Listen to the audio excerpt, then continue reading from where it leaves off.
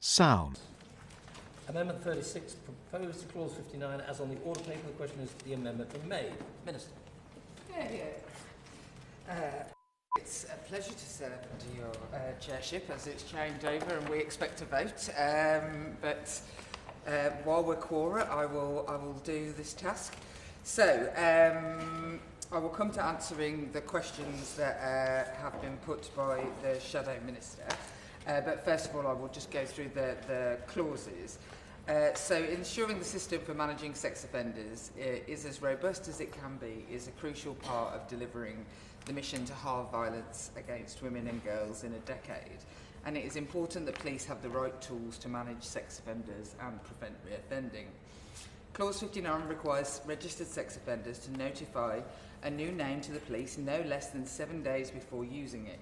Currently, when an offender changes their name, they are required to notify the police no more than 3 days after the change.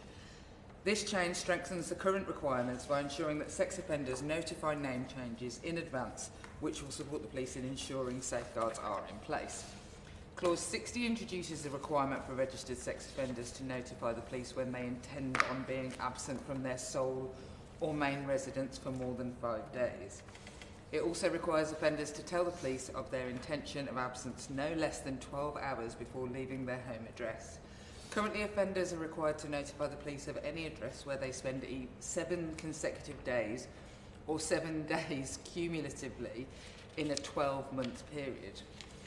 It is clear from our engagement with police that the current legislation could be exploited by offenders staying at several different addresses for periods of just under 7 days, meaning they don't have to notify.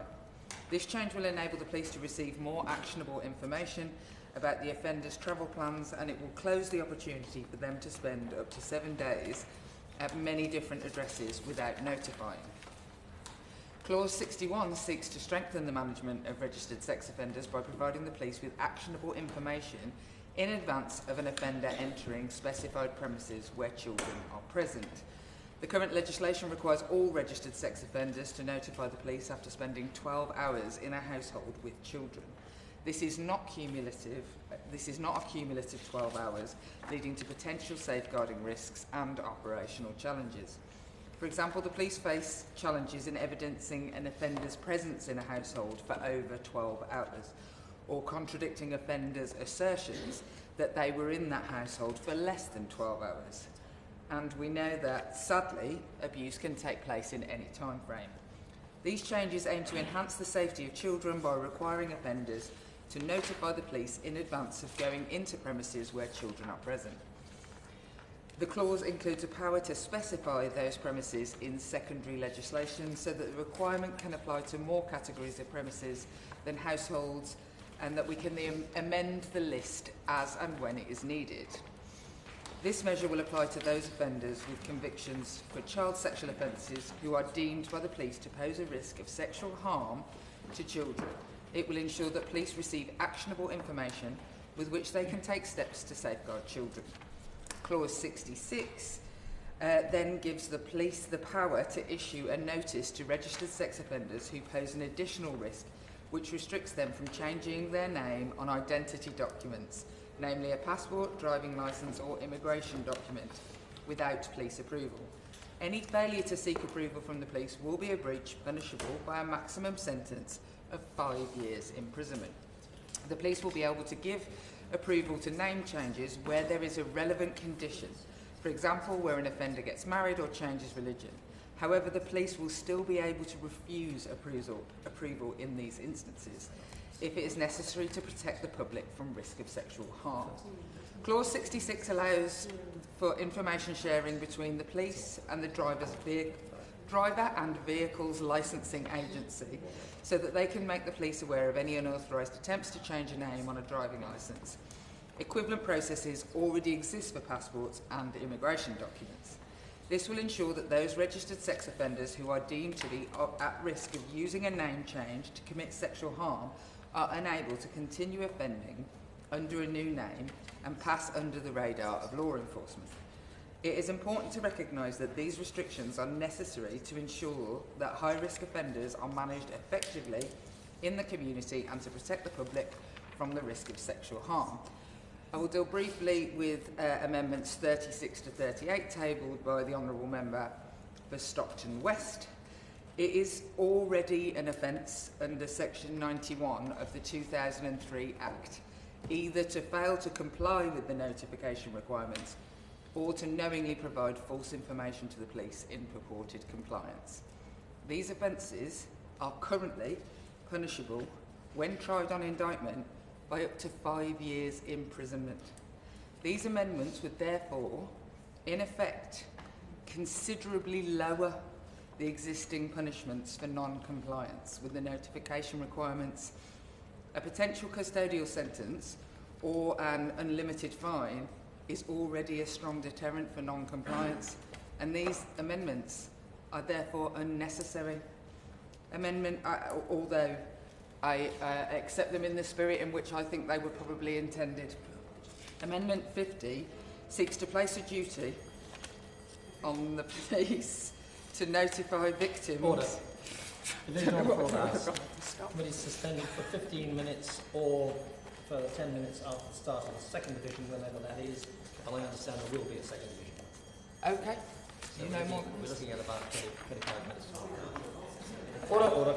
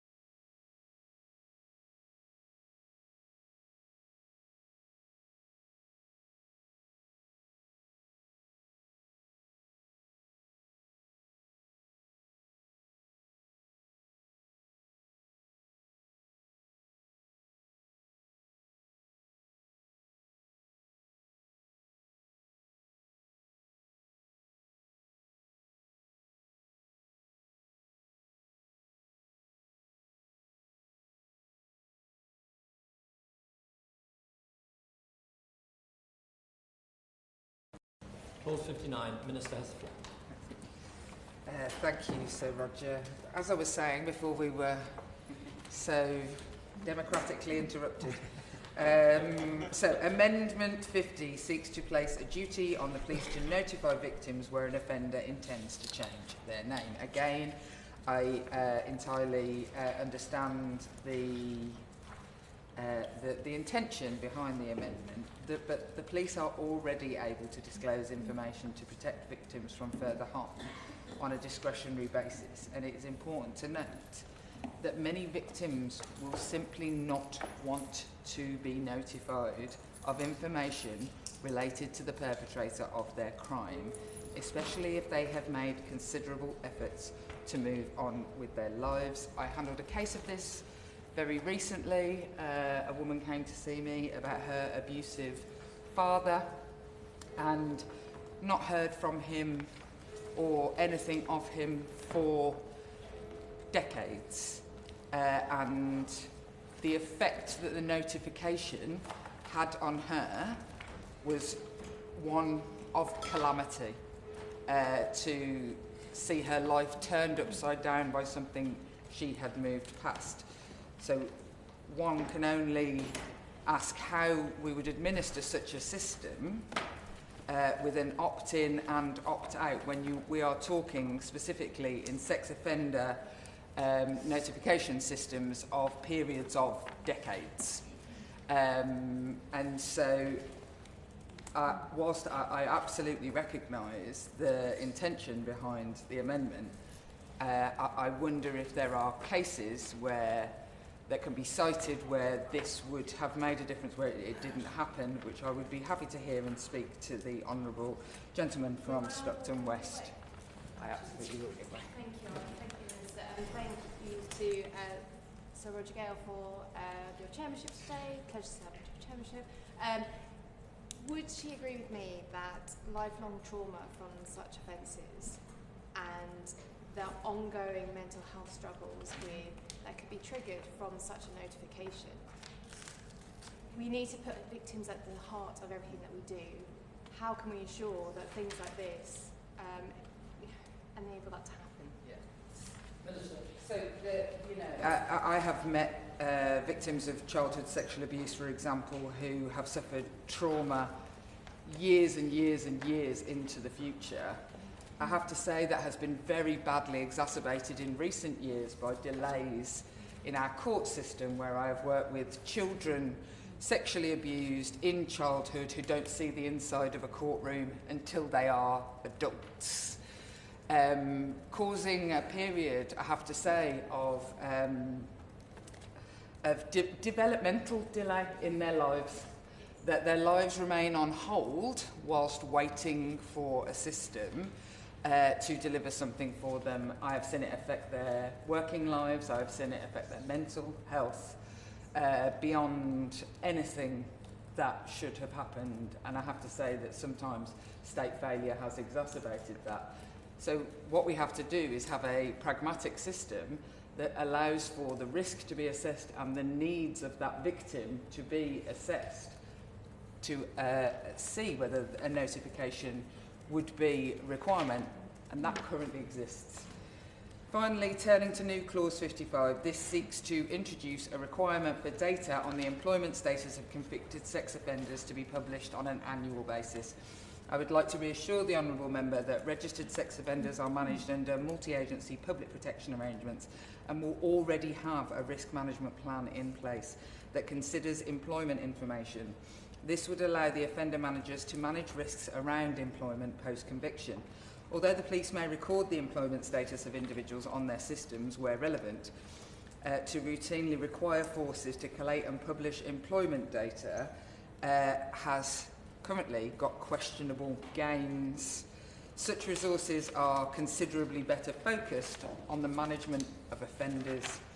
The Ministry of Justice publish data annually on registered sex offenders who are subject to multi-agency public protection arrangements, and we are confident that the police already have the systems in place to record appropriate data to ensure that offenders are managed according to their risk. Having considered these points, and again, I say I recognise the spirit in which they are put in, I hope the honourable member will agree to withdraw his amendments. Thank you, Sir Roger. Oh, sorry, I didn't answer your question. Always a pleasure to serve under your chairmanship.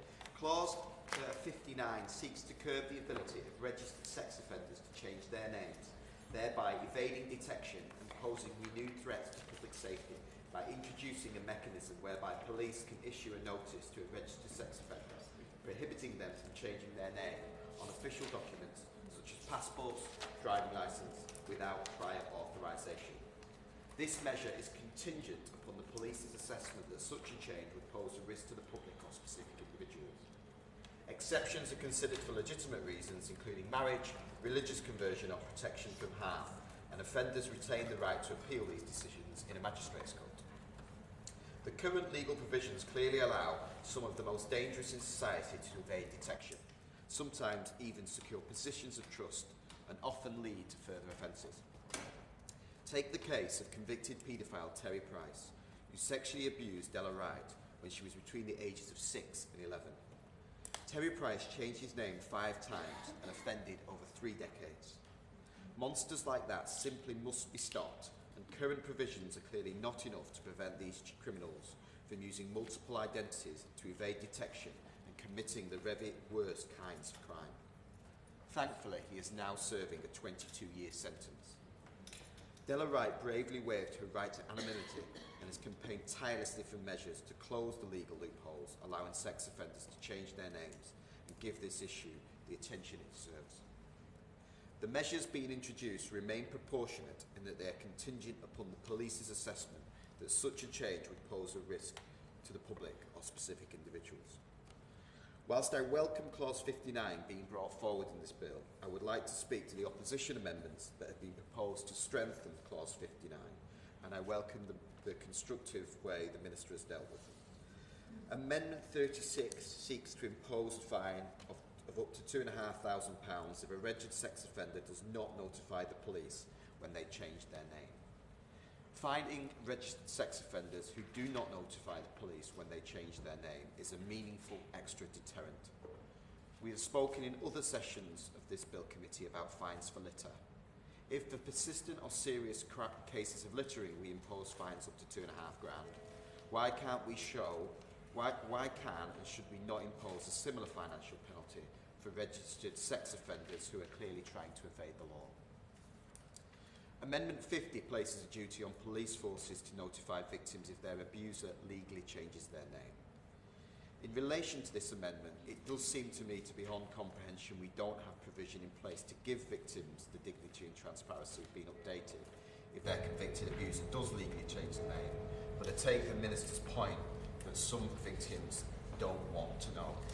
I think that's a good retort to that amendment, and perhaps the Minister might talk to, I think it's a constructive suggestion, whether an opt-in, opt-out system may very well be appropriate for that amendment. Clause 60 introduces a requirement for registered sex offenders to inform the police if they plan to be away from their sole or main residency for more than 5 days. Specifically, offenders must notify the police at least 12 hours before leaving, providing details about the date of departure, travel arrangements, accommodation plans during their absence, and their expected date of return. If any of this information changes before departure, offenders will be obligated to update the police accordingly. Additionally, if the actual return date differs from the one notified, they must inform the police within 3 days of returning. Under the current legal framework, offenders are required to notify authorities only if they stay at a new address for 7 consecutive days or more, which has allowed some to exploit the system by moving between different locations for shorter periods without notification, thereby evading effective monitoring. By reducing the notification threshold to 5 days, Clause 60 seeks to prevent such circumvention and ensure continuous oversight. Further, I wholly support Opposition Amendment 37, which seeks to add more teeth to this clause by again imposing a fine of up to £2,500 if a registered sex offender does not notify the police when they are absent from their sole or main residence. Earlier, I used the example of litter fines. If we can find parents up to £2,500 for persistent absences from school, as is currently the case, then we could and should fine registered sex offenders who go absent from their sole or main residences.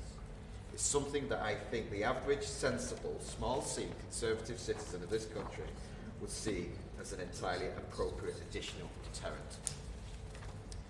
Clause 61 introduces a new provision into the Sexual Offences Act 2003, mandating that certain registered sex offenders notify the police before entering premises where children are present. Whilst registered sex offenders are currently already subject to various notification requirements, there has been no explicit mandate for them to inform authorities before entering environments where children are present. Enhanced ability for our police to monitor high-risk individuals effectively, whilst also deterring potential reoffending by increasing the accountability of registered sex offenders, is clearly welcome. Knowing that additional safeguards are in place to protect children will hopefully give greater peace of mind to communities. I would also urge members of this committee to back Opposition Amendment 38, which would impose an unlimited fine if a relevant registered sex offender does not notify police if they are entering the premises where children are present. There should be no excuses for registered sex offenders in making such a serious breach, and if we are seeking to give peace of mind to communities, Amendment 38 provides an additional mechanism through which paedophiles will be compelled to think twice about flouting the law, and parents will feel like the law is well and truly on their side when it comes to protecting children from the most dangerous criminals. Thank you very much, Sir Roger. All good. Happy to divide on those. Yeah. So, can I Do you want to respond? speak to that? No, sorry. You may. I just didn't answer one of his questions. And I just wanted to By all means. Minister. I just want to match. Sorry, I realised in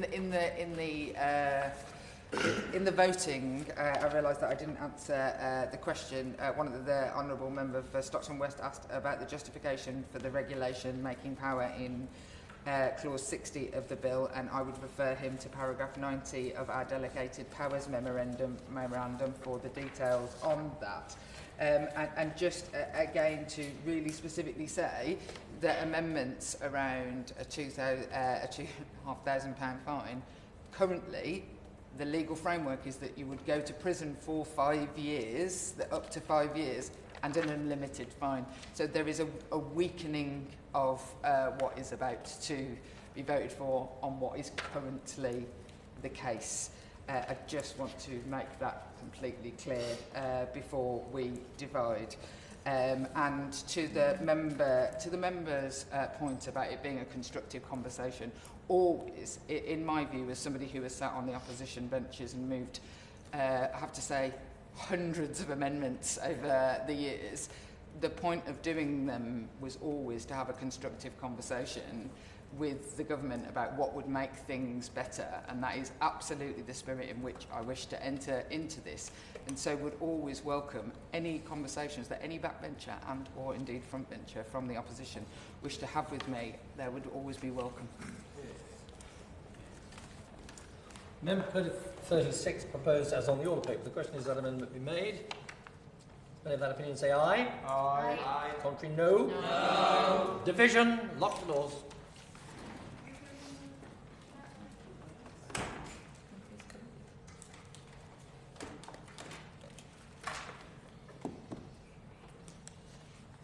Okay, Mr. Alex Barros-Curtis? No. David Burton-Sampson? No. Harriet Cross? Aye. Alex Davis-Jones? No. Dane Downer-Johnson? Louise Jones? Keir Mather? No. Jess Phillips? No. Jack Rankin? Aye. Joe Robertson? Aye. Dr. Lawrence Sullivan? No. David Taylor? No. Luke Taylor? Aye. And Matt Vickers? Aye.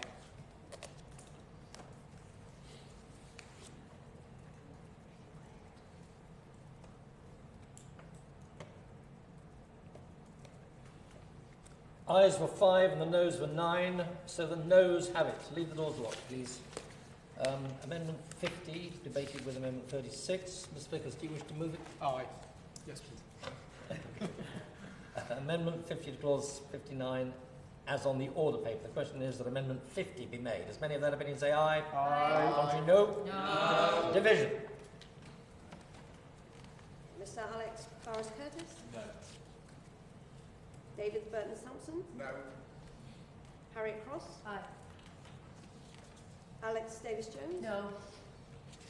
Dame Diana Johnson? No. Louise Jones? Keir Mother? No. Jess Phillips? No. Jack Rankin? Aye. Joe Robertson? Aye. Dr. Lawrence Sullivan? No. David Taylor? No. Luke Taylor? Aye. And Matt Vickers? Aye.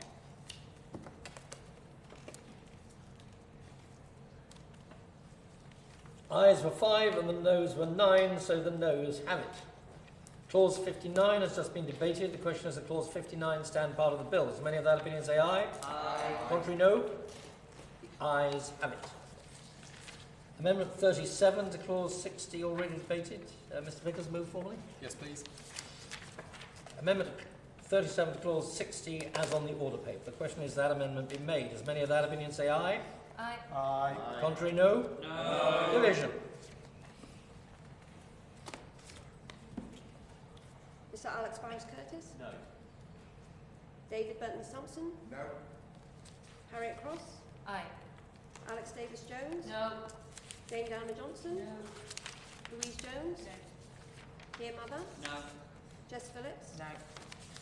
Jack Rankin? Aye. Joe Robertson? Aye. Dr. Lawrence Sullivan? No. David Taylor? No. Luke Taylor? Aye. And Matt Vickers? Aye.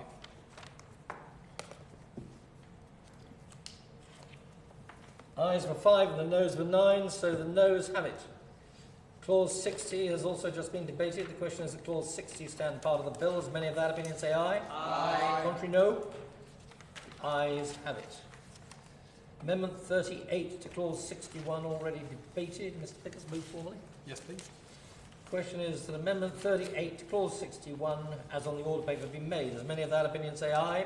Aye. Aye. Contrary, no. No. Division. Sir Alex Forrest Curtis? No. David Burton Sampson? No. Harriet Cross? Aye. Alex Davis Jones? No. Dame Diana Johnson? No. Louise Jones? No. Keir Mother? No. Jess Phillips? No. Jack Rankin? Aye. Joe Robertson? Aye. Dr. Lawrence Sullivan? No. David Taylor? No. Luke Taylor? Aye. And Matt Vickers? Aye.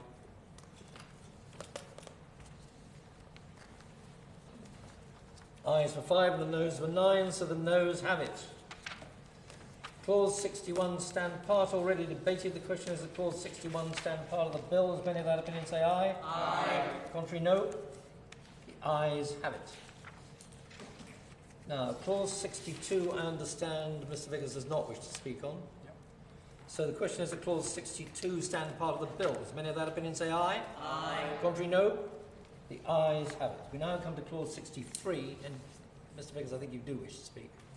The question is that Clause 63 stand part of the bill, Mr Vickers. Yeah. Clause 63 introduces a new and significant amendment to the Sexual Offences Act 2003 through the insertion of Section 87A. This amendment provides a provision for registered sex offenders to give their notifications virtually under specific conditions as opposed to attending the police station in person. This provision is designed to make the process of notification more flexible and efficient, while still ensuring public safety and compliance with the law. The core idea behind this clause is to allow individuals to submit their notifications virtually, such as through video calls or other similar technologies. However, this virtual submission of notification is only allowed when specific conditions are met, as set out in the clause. Can the Minister clarify how senior police officers will determine when it's safe to allow offenders to submit their notifications virtually instead of attending a police station in person? What specific factors will be considered in the risk assessment to ensure public safety is not compromised? And under what circumstances can a senior police officer revoke the permission for virtual notifications, and how quickly can the decision be made? Apologies, Minister. I should have called you first, but you now have the wonderful opportunity to both reply and speak at the same time, Minister. It's absolutely fine. I mean, the 62 and 63 being grouped together, I think, look, I will speak specifically to the questions that have been asked of me. Clause 63 provides the police with the power to receive virtual notifications from registered sex offenders in specified circumstances. This was a direct recommendation from Chief Constable Mick Creedon's independent review of the police's management of sex offenders in the community, which the Home Office published in 2023. The police will be able to give permission to notify virtually only to those offenders whom they deem suitable. The police will be able to revoke this permission at any time and retain a power to compel the registered sex offender to attend a police station to notify. This change will make it easier and quicker for specified sex offenders to notify changes to the police, therefore improving efficiency. It will also reduce the likelihood of unintentional but unavoidable breaches of the notification requirements. For example, offenders being able to travel to a police station before the statutory 3-day time limit as a result of health or mobility issues. This measure will make it easier for offenders to comply with their requirements, which will allow police to manage any risks more efficiently. The measures will only apply where police deem it safe and appropriate to notify virtually, and if there is any risk that an offender is misusing this permission, the police have the power to revoke permission and require for notification to take place in person. The police can allow an offender to notify via a means which enables both parties to see and hear each other without being in the same place. In practice, this will mean an offender must use, for example, we all got used to it, video calling software to communicate with their offender manager, with both being visible and audible to one another. And I just wish to quote Mick Creedon and say that the recommendation from the independent review of the police-led management of registered sex offenders in the community, I strongly recommend that discretion is incorporated into the notification requirements regime. Whilst the requirement might still be common at the point of conviction, the subsequent risk assessment and management plan should vary, allowing forces to assess which details to collect and how individuals should notify, affording opportunities for online or remote notification where appropriate. Questioners at clause 63 stand part of the bill. As many of their opinions say aye? Aye. Contrary, no. The ayes have it. Now I come to clause 64 stand part, with which it would be convenient to take clause 65 stand part. Minister.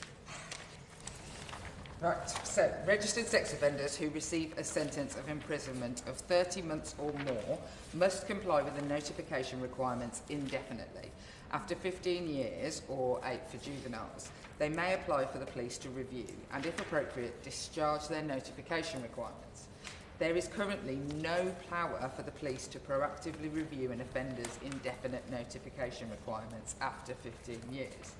This results in offenders who are unable to make an application, for example, due to a disability, remaining subject to the notification requirements unnecessarily.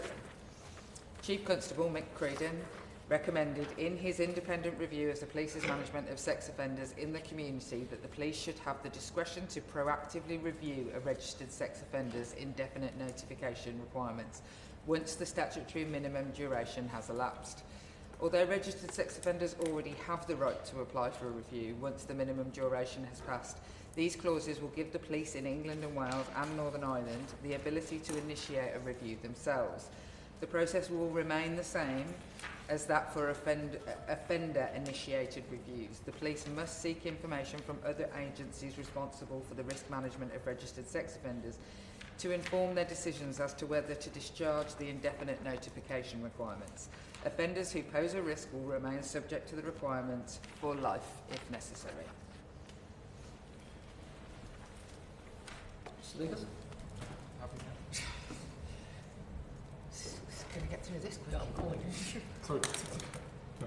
Clause 64 of the Crime and Policing Bill amends the Sexual Offences Act 2003 to introduce changes to the review process for offenders in England and Wales who are subject to indefinite notification requirements. These changes specifically apply to offenders sentenced to a term of imprisonment of 30 months or more. Under the current law, offenders subject to indefinite notification must comply with notification requirements for a minimum of 15 years or 8 years for juveniles before they may apply to the police to review their requirements. The police, working alongside other multi-agency public protection arrangement agencies when appropriate, will review these requirements to determine whether they're still necessary to protect the public from sexual harm. One of the significant changes introduced by Clause 64 is the concept of an own motion review. This allows the Chief Officer of Police to initiate a review of an offender's indefinite notification requirements without the offender needing to apply. The Chief Officer can assess whether an offender still needs to comply with the notification requirements based on the risk they pose to the public. Whilst the review process can only begin once the minimum review period has elapsed, the Chief Officer of Police must notify the offender that they are initiating a review and allow the offender to make representations. The police must also inform the responsible bodies, such as the probation service, and seek any relevant information they hold. Once the offender has had an opportunity to make their case, the Chief Officer must make a determination within 6 weeks. If the decision is to end the notification requirements, they cease immediately. Clause 65 introduces new paragraph 6A to D into Schedules 3A of the 2003 Act, establishing provisions for own motion reviews in Northern Ireland that mirror those set out in the new sections for England and Wales. Is the Minister confident that own review motions of indefinite notification requirements will not undermine public safety? And how can we ensure that the decision-making process in these reviews is transparent and there is adequate oversight to hold the responsible authorities accountable? I thank the Shadow Minister for his questions. These amendments to the law, which were very much in the bill, the predecessor bill of this, and I do think I am the only person who has now sat through this bill committee twice, so that there haven't been substantial changes from the point at which the previous government wished to seek these changes. And I think that this is, frankly, a minor amendment that has been asked for by the very experts who manage the risk currently within the community. And this came from a Home Office published review under the previous government, where Mick Creedon wrote, "I recommend that legislation places the responsibility on the police service to proactively consider and, if suitable, apply for indefinite notification requirements to be removed where justifiable without application from the individuals." And where this is coming from Mick Creedon and those who lead for police forces who I have met with specifically on the offender management of sex offenders, is and actually success in an area of safeguarding law over a number of years is an increasing number of people convicted of sex offences, largely down to growing numbers of those convicted where the evidence base of online child abuses, for example, have grown, is the real need for officers to be really focused where risk is the greatest in order that they can protect the public. Protection of the public is where Mick Creedon is coming from in his review, and that is why this clause is in place. Question is that Clause 64 stand part of the bill. As many of that opinion say aye? Aye. No? Ayes have it. The question is that Clause 65 already debated stand part of the bill. As many of that opinion say aye? Aye. No? Ayes have it. The opposition has indicated they don't wish to speak to Clause 66. Minister, if you wish to, you may. Otherwise, I'll move it forward. The question is that Clause 66, debated earlier with Amendment 36, stand part of the bill. As many of that opinion say aye? Aye. No? The ayes have it. We now come to Clause 67 and Clause 68 stand part and Schedule 9 stand part. Minister. So the aim of Clause 69 is to improve the process by which the police obtain warrants to enter and search registered sex offenders' homes to assess their risk of sexual harm. Currently, under the Sexual Offences Act 2003, a superintendent is required to make an application to a court for a warrant in person. Setting this requirement at this level can cause delays to warrants being obtained. This measure will lower the rank of officer able to authorise an application to inspector and enable the application in court to be made by a constable. Allowing officers below the rank of superintendent to apply for and obtain these warrants will make the process more efficient, which will help improve the police's management of offenders. This will bring the power of entry of search in line with other similar provisions where lower rank officers are able to apply for warrants. Finally, clauses 68 and Schedule 9 make minor and consequential amendments to the Sexual Offences Act 2003 as a result of the changes introduced in this part of the bill. Figures. Thank you. Section 96B of the Sexual Offences Act 2003 grants police officers the authority to apply for a warrant to enter and search a relevant offender's home when necessary for assessing their risk. Currently, this application can only be made by an officer of at least the rank of superintendent. The police typically seek and execute such warrants when an offender refuses to allow the police entry to their home, thus hindering the risk assessment process. Clause 67 amends Section 96B by altering the application process. Instead of requiring a senior officer of at least superintendent rank to apply for the warrant, the amended subsection 1 would allow an application to be made by a police officer, but it must first be approved by an appropriate officer. This term is further clarified in the revised subsection 10 to mean a constable who is authorised to make the application by a constable of at least the rank of inspector. This change rightly aims to streamline the process while ensuring that officers of appropriate rank and authority can make the necessary applications to protect the public and assess offenders' risk effectively. How big an impact does the Minister anticipate that allowing officers of lower rank to apply for warrants will have on the efficiency and speed of police operations when carrying out these risk assessments, and will thought be given to the relevant training for the appropriate officers in such circumstances? Thank you, Sir Roger. The Shadow Minister raises some interesting points, and it would be quite impossible for me to say currently exactly how much I feel that this would improve things in the future, but obviously that would be kept under review. What I would say is that this government has set up the specific unit of public protection and violence against women and girls policing, and backed that the creation of a specialist policing centre for the specific active training and specialism in the space of public protection, child abuse and violence against women and girls. And so not only here do I think that specialist training is required, but I think across the board there is a far greater need to look at exactly how all the police forces across England and Wales have standardised practice when it comes to public protection and safeguarding.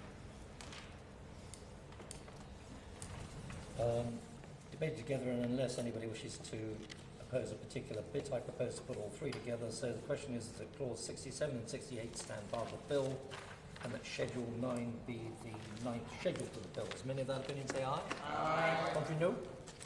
Ayes have it. Let me just explain. The duty of the chair is to facilitate debate and expedite the business. It is not the duty of the chair, or my responsibility, to curtail debate.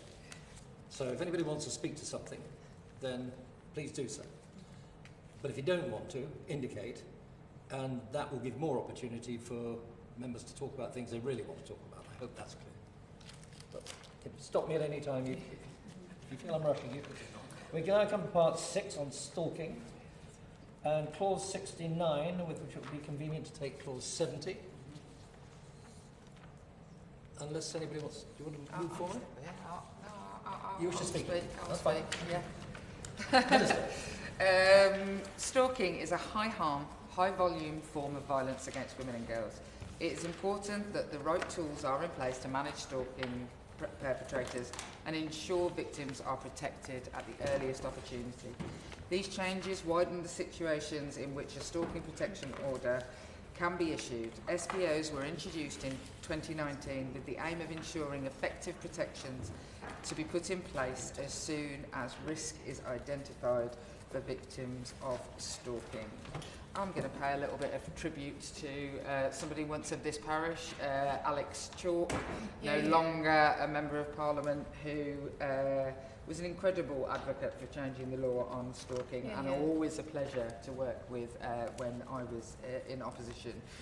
Currently, only the police can apply for an SPO, with applications considered by the Magistrates' Court.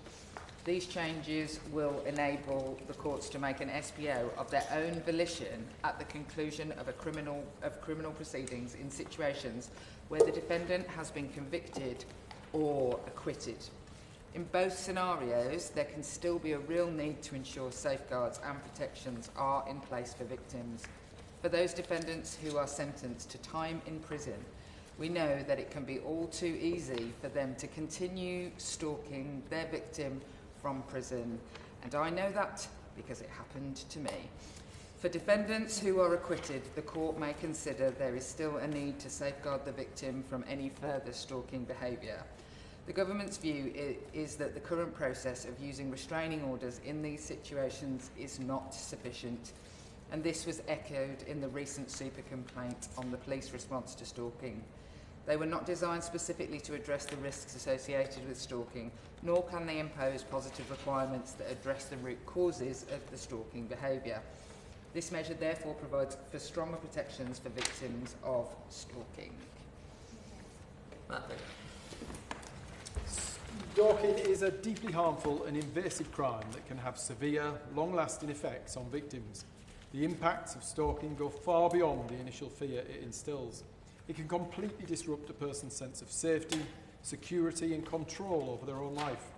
Victims of stalking often experience intense psychological distress, ranging from anxiety and depression to post-traumatic stress disorder. The constant feeling of being watched, harassed or threatened can lead to chronic stress, sleep disturbances and a diminished quality of life. In extreme cases, victims may even alter their daily routine, change their contact information or move to new locations to escape the perpetrator's unwanted attention. The emotional and psychological toll on victims extends to their families and loved ones as well. Friends and family members of stalking victims often share in the anxiety and fear, feeling helpless as they watch someone they care about fall victim. Relationships may become strained as the victim withdraws or becomes hypervigilant, and families may find themselves taking additional security measures to protect the victim. The overall sense of instability can erode trust and safety within the victim's support network, leaving everyone involved emotionally drained. The Susie Lamplugh Trust, a leading charity focused on personal safety and stalking, defines stalking as a pattern of fixated and obsessive behaviour that is repeated, persistent and intrusive, causing the victim to feel fear of violence or experience alarm or distress. It's right that in 2012 steps were taken to legislate for the criminalisation of stalking under the Protection of Freedoms Act. As the Susie Lamplugh Trust highlighted, Section 2A labels stalking as a criminal offence for the first time in English and Welsh law. I'm proud of the steps the previous government took to take action against this terrible crime, and I support the current government in its efforts to reduce its prevalence. Clause 69 amends the Stalking Protection Act 2019 to strengthen the ability of courts to impose stalking protection orders, even when criminal proceedings do not result in a conviction. It inserts a new Section A1, which defines what a stalking protection order is, an order that can impose prohibitions or requirements on a person to prevent acts associated with stalking. It clarifies that SPOs may now be made on application by the police or following an acquittal, appeal or finding of insanity or disability. I'd be grateful if the Minister can expand on how the Government will ensure this power is used proportionately and not seen to be circumventing due process, particularly in cases of acquittal. As the Minister will know, in November 2022, the Susie Lamplugh Trust, acting on behalf of the National Stalking Consortium, submitted a super complaint highlighting serious and widespread concerns about how the police respond to stalking. The complaint identified systematic issues, including a lack of understanding among officers about what behaviours amount to stalking, It also criticised the quality of investigations, stating that even when stalking is correctly identified, police often fail to handle these cases appropriately. The head of external affairs at Women's Aid, Isabel Yunan, emphasised that changes to stalking protection orders will only be effective if the root issues are tackled. She stressed the need for police officers and other agencies to have a consistent understanding of these orders and to apply them properly, ensuring that breaches result in meaningful consequences. As such, is the Minister confident that the police have the capacity, training and resources to effectively address stalking cases in line with the measures being brought forward in the legislation? Section 364A introduces the concept of a stalking protection order designed to prevent individuals from engaging in stalking behaviours. The order can include both prohibitions and requirements. Subsection 2 directs readers to 2A of the Protection from Harassment Act 97 for examples of behaviours associated with stalking. Subsection 3 provides that an SPO may be time-limited or indefinite. If time-limited, subsection 4 mandates a minimum duration of 2 years. By allowing a stalking protection order to be time-limited or indefinite, the courts can tailor the order to the individual case.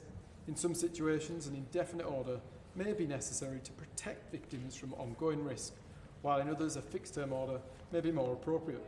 It can also help ensure long-term protection, requiring a minimum duration of 2 years for time-limited SPOs, ensures that victims receive meaningful protection.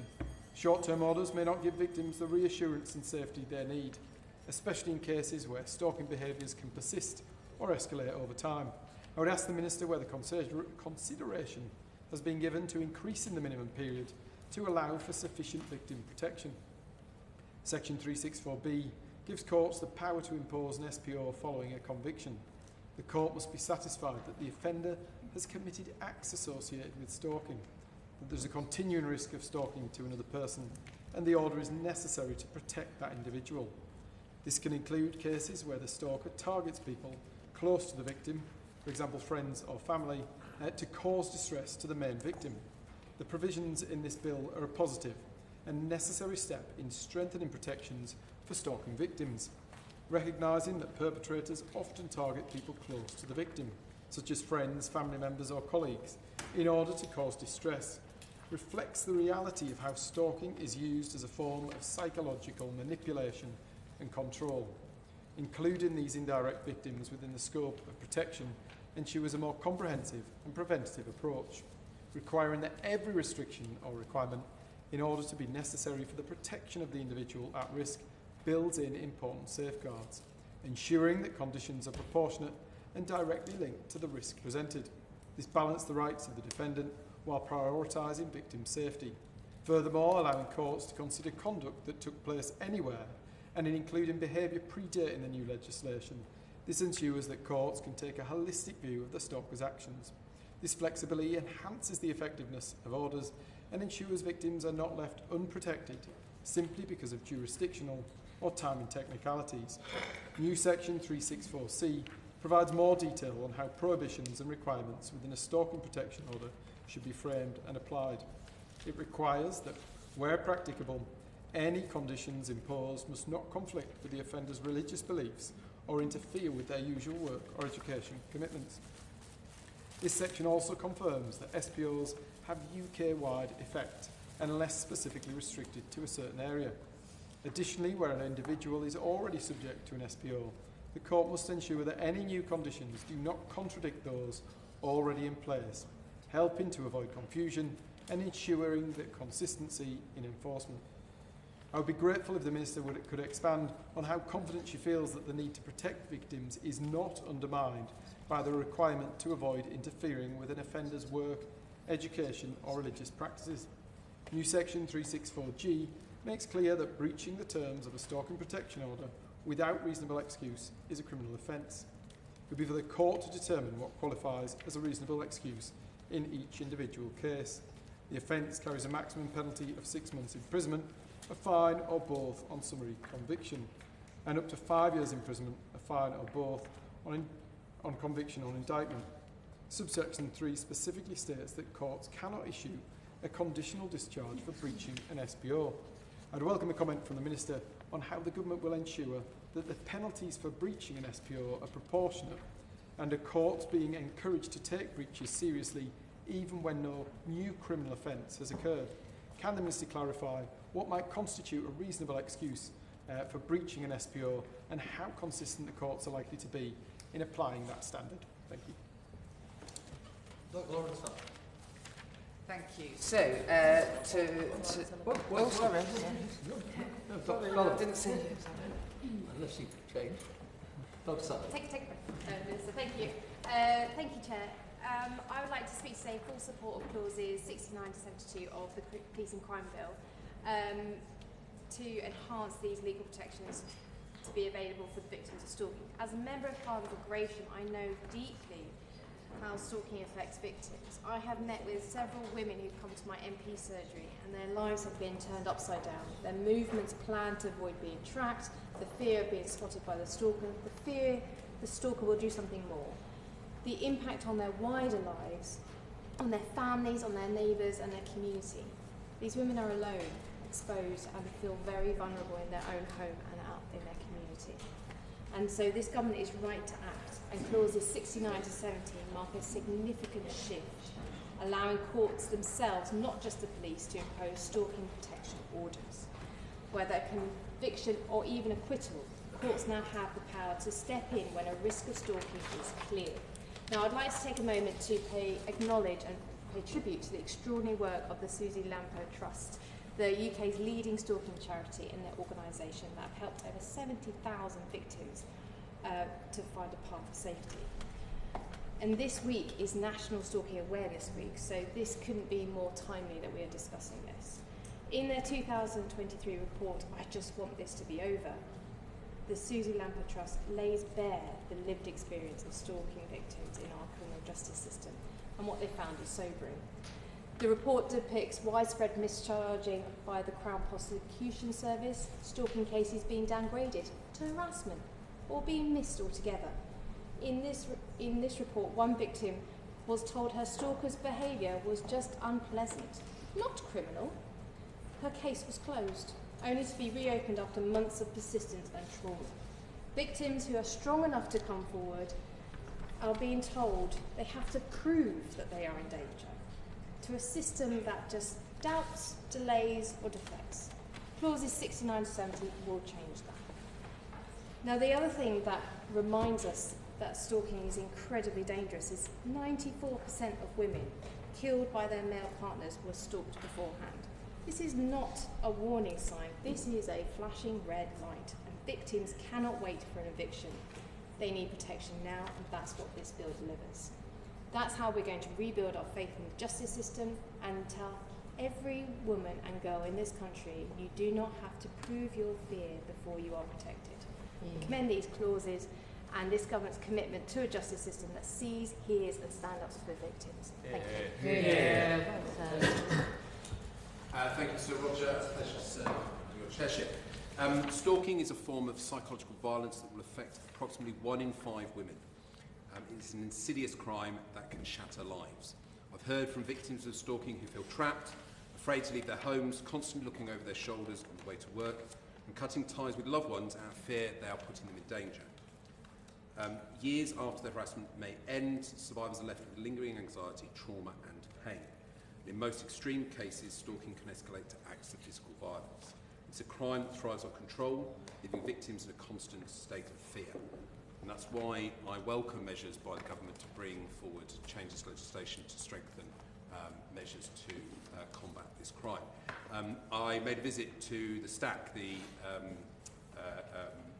Victims Centre in the Stratford Police Station, a couple of weeks ago to see the work of the dedicated team, which brings together the Met Police, Mental Health Services, the Probation Service and the Susie Lampo Trust, and the CPS, all funded by MOPAC, and the work they were doing to help victims and to fight perpetrators is incredibly impressive. And I want to echo now the written submission from Claire Waxman, who's the London Victims Commissioner, who had some specific points on these clauses that I think could be worth just exploring a little bit. So we welcome, Liberal Democrats, the steps to allow the SPO a conviction or acquittal.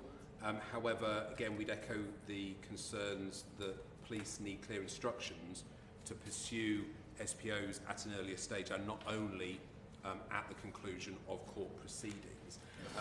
When I was at the Stack, there was a general feeling that police and authorities were unaware of the measures, so more needs to be done to make sure that they are much more aware of these steps that are available and to apply for them earlier.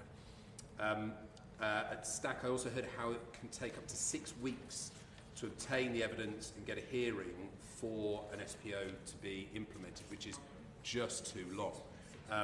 So is there an opportunity for an SPN, a notice, to be able to be implemented straight away? Because under a DAPN, domestic abuse protection notice, can be implemented immediately, and then within 3 days an order can be obtained where there is a domestic abuse incident or where the offender is known to the victim. So there's a gap in situations where no domestic abuse is present, for which is about 3 in 10 victims are not known to the perpetrator. So can the Minister confirm how these delays for obtaining SPOs initially be resolved and brought forward so that they can be brought into force sooner? And is there an opportunity to bring forward steps to streamline SPOs and include a notice in the earlier stages of the order? I'd also like to take the opportunity, and I'm sure the Minister has heard this from me repeatedly, about the opportunity to create a single standalone stalking offence, and again that reflects and echoes the written evidence from Claire Waxman. Police understanding of stalking legislation and the offence in general is not good enough, so and at the same time the Section 4A offence becomes too high a bar to prove. The phrasing of serious alarm or distress is unhelpful, especially when often the victim isn't aware of the offending and of what's going on at the time. So I'd again take the opportunity to push the Minister bring forward those measures as called for by Claire Waxman to create a single offence of stalking. Thank you. Thank you. I'll start at the end and work backwards with the questions. It's a delight to hear everybody mentioning the Susie Lampu Trust as who are a brilliant and amazing organisation who I have had the pleasure to work with for many years and had the special pleasure since becoming a minister of working very, very closely with them on how we come out of the super complaint with the recommendations and improve the situation all round. I said the exact same thing about Claire Waxman, who is both my friend and colleague. And to the point around legislation, part of the super complaint was that a need for to look specifically at the different specific offences, and I don't disagree at all that the bar can be too high or confusing, the two different sorts of offences, and so that is currently, the legislation is currently under review, as was recommended by by Claire Waxman and others in the coalition. The super complaint showed that when used properly, SPOs are considered an extremely valuable tool in protecting victims of stalking. But it also identified that not enough are being put in place, as has been identified here by other members, and that there isn't effective monitoring of the ones that are. There is clearly much more than this legislation.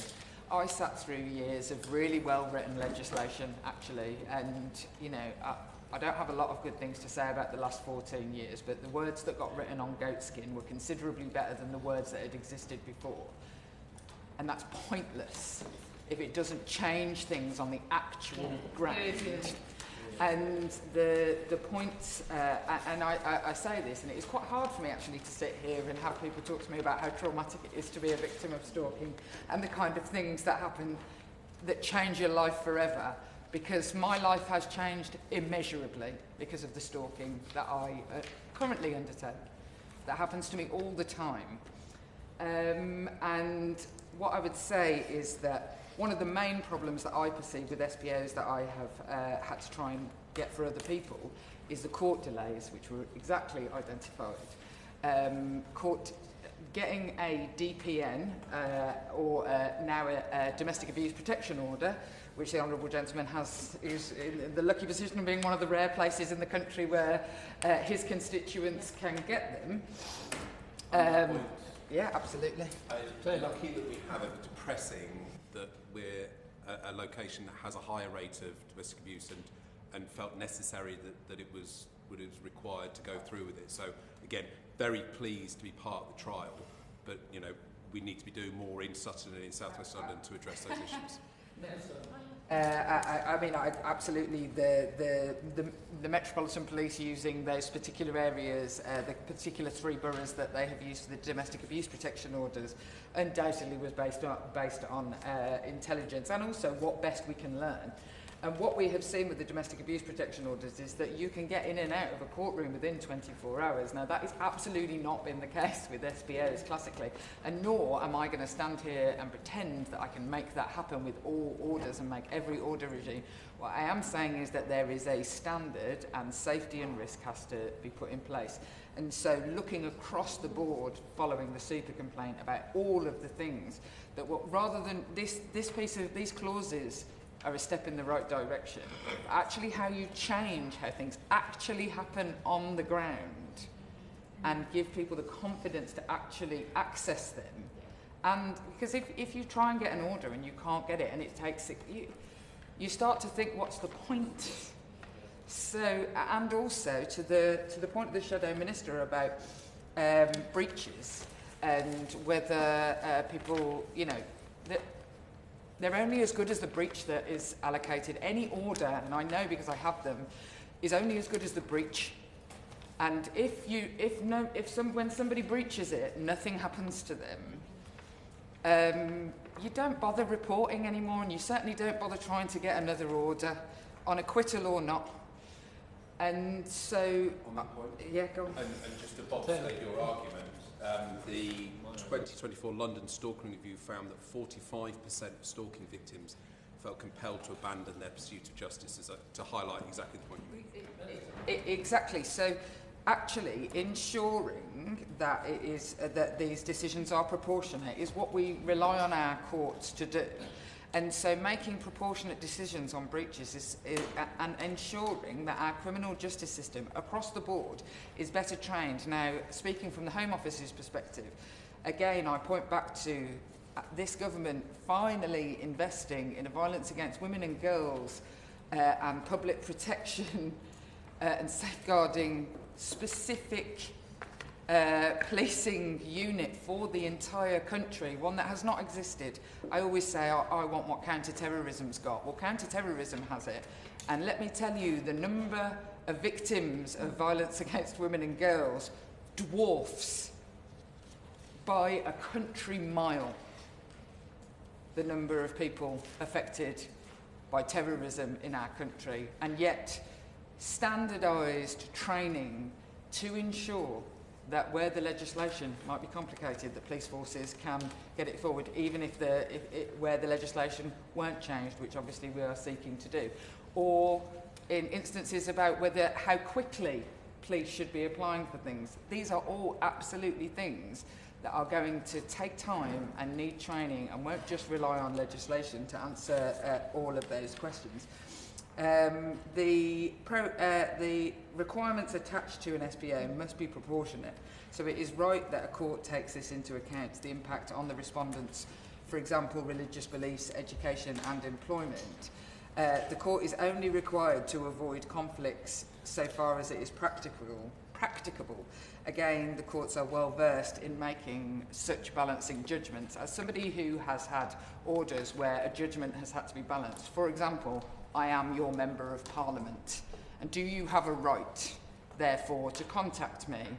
So, for example, I relied on the court to decide what was practicable in those circumstances. There is no, I know that the Shadow Minister asks for an exhaustive list, no, sorry, he doesn't, I misrepresent that. He asks for an example. it is dangerous for me to stand here as a minister and give examples that could then be used in a court based on the words that I have said here.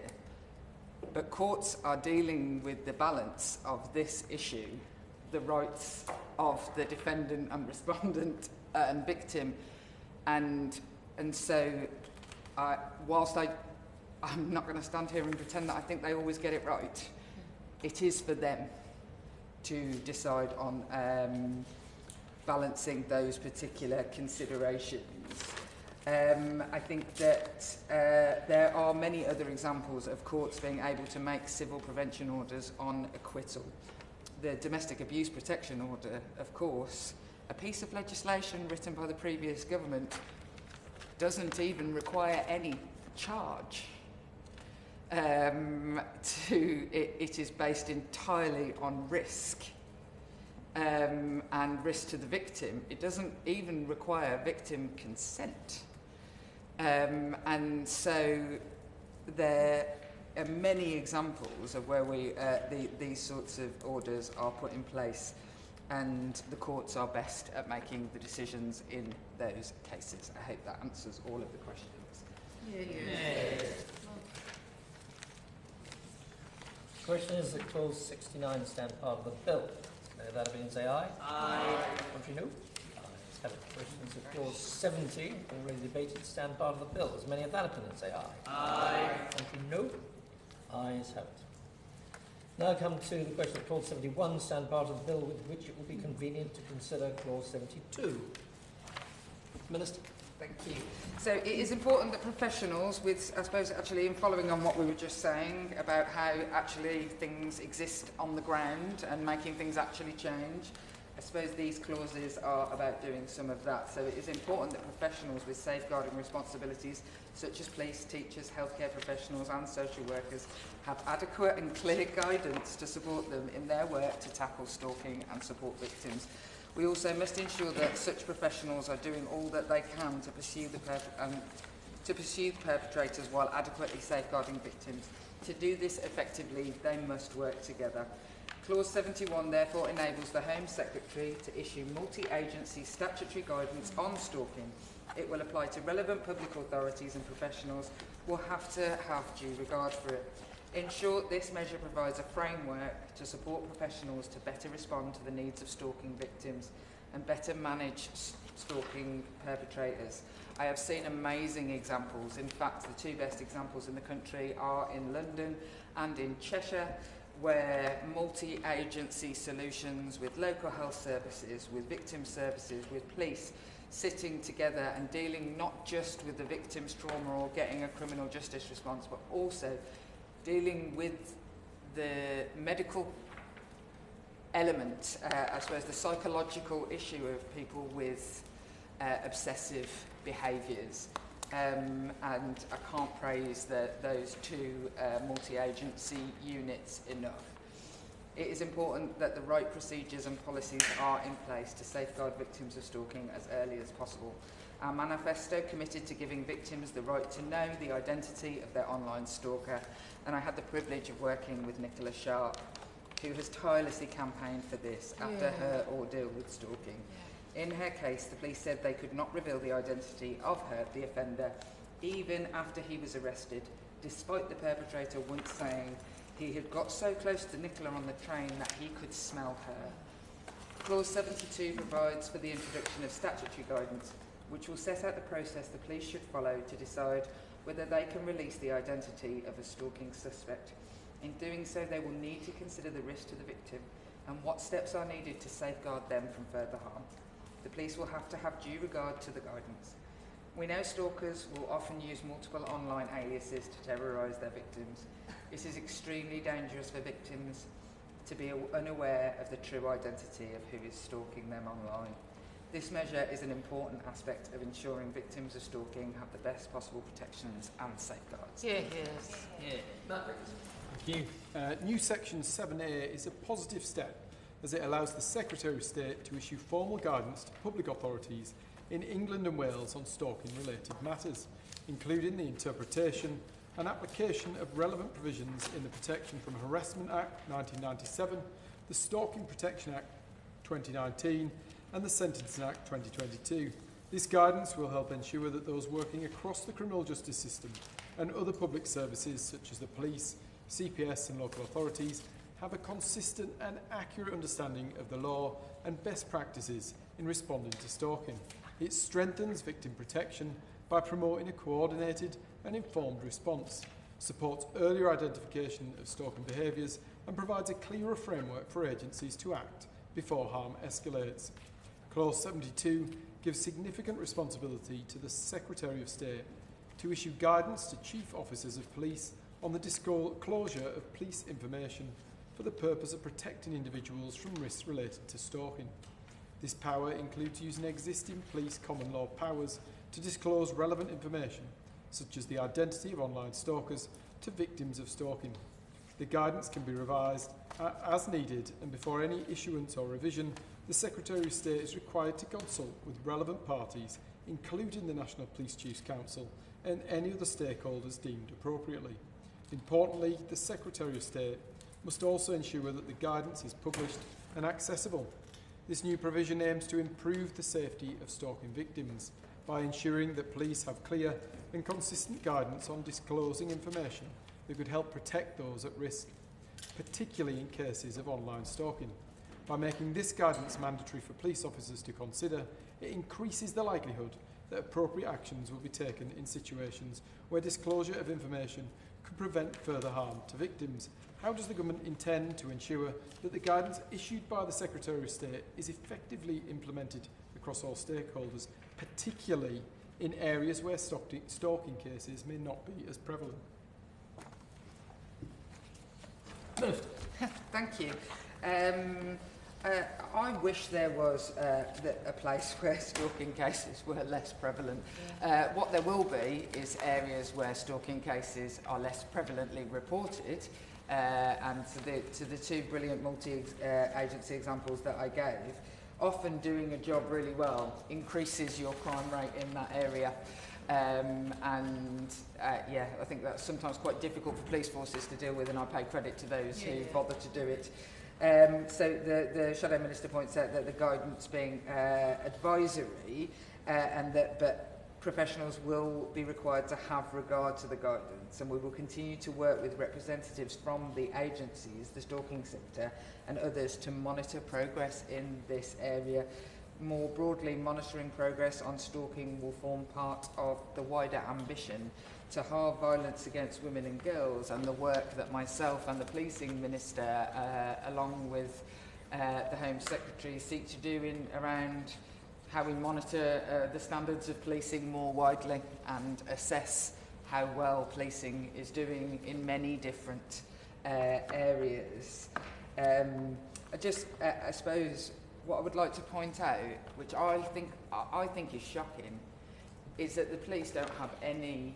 Currently, there are no required standards of reporting on their performance around domestic abuse, sexual violence and stalking. I think that people in the country would be quite shocked to realise that we don't assess the standards of forces routinely on those things, and undoubtedly how we monitor how these things actually work on the ground is something that the Shadow Minister can have my absolute guarantee that I will do until the day I die. Leave the committee. I'll take clauses 71 and 72 stand part together. The question is, clauses 71 and 72 stand part of the bills. Many of those opinions say aye. Aye. Contrary, no. The ayes have it. Now come to part 7, amendments 44 and 45, government amendment 16, clause 73 stand part, and government amendment number 19. Matt Vickers. Clause 73 modernises and strengthens the law on the administration of harmful substances, including offences commonly referred to as spiking. It repeals outdated provisions in the Offences Against the Person Act 1861, specifically sections 22 and 23, and replaces section 24 with a more comprehensive and clearer offence. Spiking can have a devastating and long-lasting impact on victims, both physically and psychologically. Victims often experience Immediate symptoms such as nausea, disorientation, memory loss, and the loss of consciousness, placing them at serious risk of harm, including assault or injury. Beyond the immediate physical danger, the psychological effects can be profound and enduring. Many victims report anxiety, depression, PTSD, and a persistent sense of vulnerability or fear, particularly in social situations. The trauma is often compounded by the fact that victims may be unable to recall events clearly, leading to feelings of confusion, helplessness, and self-doubt. Furthermore, the social stigma and lack of visible support can discourage victims from reporting incidents, deepening the emotional toll. Spiking undermines a person's basic sense of safety, and its impact can ripple far beyond the initial incident, affecting relationships, social confidence, and overall mental health. Between May 2022 and April 2023, the police received 6,732 reports of spiking incidents, including 957 involving needle spiking. On average, around 561 reports were made each month. Despite the volume of reports, gathering reliable national data on spiking remains challenging. There's currently no comprehensive data set that accurately reflects the prevalence of the crime. Although the Ministry of Justice records data on certain offences, it only logs the principal offence, for which a person is convicted and sentenced. Since spiking can fall under a variety of criminal charges, it is difficult to undermine how often it leads to prosecution or conviction. Police do collect incident-level data, and some campaign groups conduct surveys, but these sources do not provide a full picture of how widespread or effectively prosecuted spiking is. Under the new Section 24, it's an offence to unlawfully administer or cause another person to be administered a harmful substance, defined as any poison or other destructive or noxious thing with the intent to injure, aggrieve or annoy. This modernised wording explicitly covers a broader range of harmful conduct, including situations where harmful substances are covertly introduced into a person's drink or otherwise ingested without their knowledge or consent, an issue of growing public concern in recent years. The offence carries serious penalties. On summary conviction in a magistrates' court in England and Wales, an offender may face up to the general maximum term of imprisonment or a fine, or both. In Northern Ireland, the summary conviction maximum is 6 months imprisonment or a fine up to the statutory limit, or both. And on indictment, the maximum penalty increases to 10 years imprisonment, a fine, or both.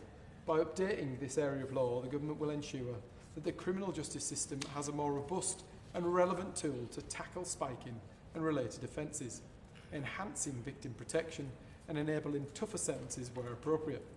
The charity Stamp Out Spiking, which has long campaigned for a dedicated spiking offence, described the proposed new offence as a rallying call to empower victims to come forward and report incidents. However, the charity also emphasised that the new law is just one element of a broader solution. It stressed that effective collaboration between police, transport providers, venues and support organisations like Stamp Out Spiking is essential to creating safer environments and rebuilding public confidence in nightlife and public spaces. Does the Minister accept that legislation alone is not enough and that a coordinated strategy involving education, prevention and enforcement is needed to truly tackle spiking? And will she commit to furthering the delivery of a joined-up approach to tackling spiking? Sorry. Amendment, our amendment, which I meant to be speaking to in the first place. Amendment 44 to Clause 73 expands the scope of intent behind the offence of administering harmful substances, including by spiking. By inserting the words take revenge on, prank, after aggrieve, the amendment makes clear that the offence applies not only when a person administers a harmful substance with the intention to injure, aggrieve or annoy, but also when the intent is to take revenge or play a prank. This broadens the legal coverage of the offence to reflect real-world cases where spiking is carried out as an act of retaliation or as a so-called joke, ensures such behaviour is recognised as criminal regardless of whether the perpetrator believed it to be harmless or amusing. Take the example of Gillian Riley, a nursing student who experienced a harrowing incident when a friend spiked her drink as a laugh during a celebration at her university's student union bar. Initially attributing her symptoms, dizziness, sharp stomach pains and violent nausea, to overconsumption of alcohol, she soon realised something was amiss. Her condition deteriorated to the point where she feared for her life, stating, "I felt so unwell, I honestly thought I was going to die." The revelation that a friend was responsible for the spiking was particularly shocking, highlighting that threats can come from familiar individuals, not just strangers. This incident underscores the severe physical and psychological impacts of spiking and emphasises the need for increased awareness and preventative measures, particularly in university settings. The Alcohol Education Trust said spiking cases always surged during the first term of the new academic year, but the suspected incidents had reached frightening new levels, with the National Police Chiefs Council revealing there were 198 spiking incidents, 24 via injection, across the UK in just 2 months. The Drink Aware Monitor survey from 2022 showed that in most cases, no additional crime occurred after an individual was drugged. However, where an individual crime did take place, 8.4% involved so-called pranks. This suggested that such a mentality is relevant to the intentions behind the offence. If we're to legislate on this matter, we must ensure that robust laws are in place to support effective prosecution. I'd ask the Minister to give her thoughts on whether she believes the inclusion of the words "take revenge on" and "prank" via Amendment 44 could be helpful in ensuring all motivations are considered when the consequences can be so very harmful. Amendment 44 strengthens protections for victims by acknowledging that all forms of spiking, regardless of perceived intent, can be harmful and must be treated seriously under the law. Amendment 45 aims to strengthen Clause 73 by ensuring that those who administer harmful substances, such as in spiking incidents, can be held accountable not only when they act with intent to injure, aggrieve or annoy, but also when they do so knowingly or recklessly. This is vital because in many real-world spiking cases, perpetrators may not have a specific intent to harm, but their actions nonetheless place victims at very serious risk. By extending the offence to cover reckless conduct, we close a legal loophole that could allow individuals to avoid responsibility by claiming it was just a prank or that they didn't mean any harm. Take the example of Kevin Johnston, a 32-year-old man from Wales who was convicted for spiking his co-worker Paul Jones in his hot chocolate with amphetamines as a joke. Jones experienced severe symptoms, including a rapid heartbeat and profuse sweating, leading to hospitalisation. He feared for his life during the ordeal. Johnston admitted to the act, claiming it was meant as a prank. The court sentenced him to a suspended jail term, with the judge describing his actions as dangerous but also just foolish. This case underscores the serious consequences of reckless behaviour involving harmful substances. This amendment brings the law into line with established criminal principles and better reflect the lived experiences of many victims, many of whom suffered devastating physical and psychological effect, even when malice was not explicitly intended. Amendment 44, proposed clause 73, as on the order paper. Dr. Lauren Sullivan. Today, with clause 73 of the crime policing bill, we are saying clearly and finally that spiking is a crime. Spiking is a violation, and spiking will not be tolerated. For too long, this country has failed to name for what we know it is. And until now, victims have had to navigate patchwork of old laws dating back to the 19th century. Sections of 23 and 24 of the Offences Against the Person Act 1861. I mean, what's going on there? These provisions criminalise the behaviour, yes, but they never used the word, and they never gave the victims the clarity or the recognition they deserve. This clause changes that. And Clause 73 repeals those outdated offences and replaces them with a single modern offence of the administering of harmful substance, including spiking. And I cannot overstate how naming it is. This is drawing a clear legal and cultural line in the sand. Spiking is not just some nuisance behaviour. It is not a prank. It is an act of control, a violation and harm, and it comes in many forms. Whether it's drink spiking, needle spiking, vape or even food spiking. It is a predatory act and it can happen to anyone. Some of us know someone that has been spiked here today. A friend, a colleague, someone we cared about. And yet, how often is there justice? How often do we know who did it? The Home Office told us that between May 2022 and April 2023, police received 6,732 reports of spiking, nearly 1,000 of them involving needles. And that's about over 500 reports a month. And yet, Stamp Out Spiking, the UK's leading anti-spiking charity, which we heard from in the evidence session, reports over 97% of victims don't even report it to the police. Why? Because they're not sure the law will help them. Because for years there was no offence with the word spiking in it, and that ends today.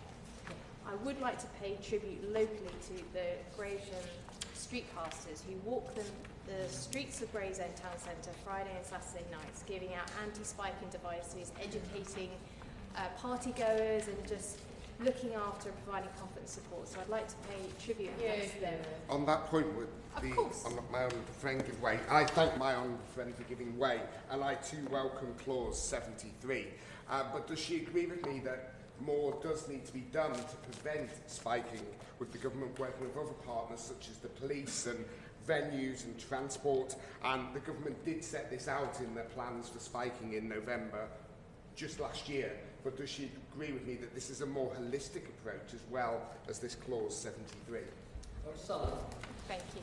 I do absolutely agree with my colleague, and including working with the likes of the voluntary sector, including Stamp Out Spiking, but in education, in our youth service, we need to really scream from the rooftops really that this is a behaviour which is not acceptable, and it's seriously damaging. So I absolutely agree with my honourable friend. But let us be honest. In December 2022, the previous Conservative government said there was no gap in the existing law and refused to act. And it was only after public pressure and the publication of a damning report under the Police and Crime Sentencing Courts Act that they changed course. It's now fallen to this government to finish the job, and I'm proud that we are doing so. This new offence will be triable either way, with a maximum penalty of 10 years imprisonment. This implies in England, Wales and Northern Ireland. And for the first time, it sends a clear message. If you spike someone, if you violate their autonomy, their safety, their night out, the law will hold you to account. This bill represents a broader cultural shift, one that we've already seen throughout this bill in response to stalking, I'm not going to say that word again. Intimate image abuse and violence against women and girls. Now with clause 73, we are putting our foot down. We're saying no more blurred lines, no more excuses, no more evasion. Spiking is illegal, full stop. Thank you, Sir Roger. I wasn't going to speak, but just reflecting on the Conservative amendments 44 and 45, or 44 particularly, it did bring me back to the evidence session that we took at the very beginning, and there was particularly helpful contribution from Colin Mackey from Spikeware UK. And particularly in that evidence, he did talk about revenge and pranking. And that picked up his experience in campaigning around spiking. I think it was questioning from the Honourable Member for Isle of Wight East. Did I get the right one? You did. Yeah. Okay. Particularly good questioning on there about the words that were being used. Annoy was the word that you picked up on. So the pranking and revenge came out of that evidence. So I wonder if the Minister might just take on board quite whether that amendment might be incorporated. But also pick up the wider point about the need to work with all of the agencies involved. So that's not only it's the nightclubs, it's the bouncers and the qualifications that bouncers are given to reflect on whether somebody is out of control and drunk, or whether actually they've been spiked, and then giving training at A&E so that evidence can be taken, so that evidence can be preserved if spiking is found to be the cause and not just somebody having too much to drink. I think this is a good clause. It is a good measure. It reflects the campaigning from Colin Mackey and groups like Spikeware UK. I think we might just have a bit of a reflection on those words and see whether it is a sensible amendment to take. Thank you, Sir Roger. It's a pleasure to serve under your chairmanship.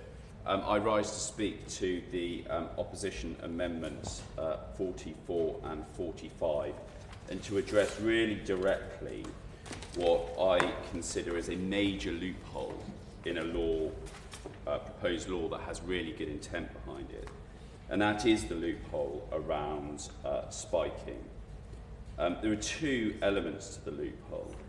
What I can envisage is a defendant getting away with administering a harmful substance by saying that he or she didn't intend to injure, aggrieve or annoy, or furthermore, they intended merely a prank.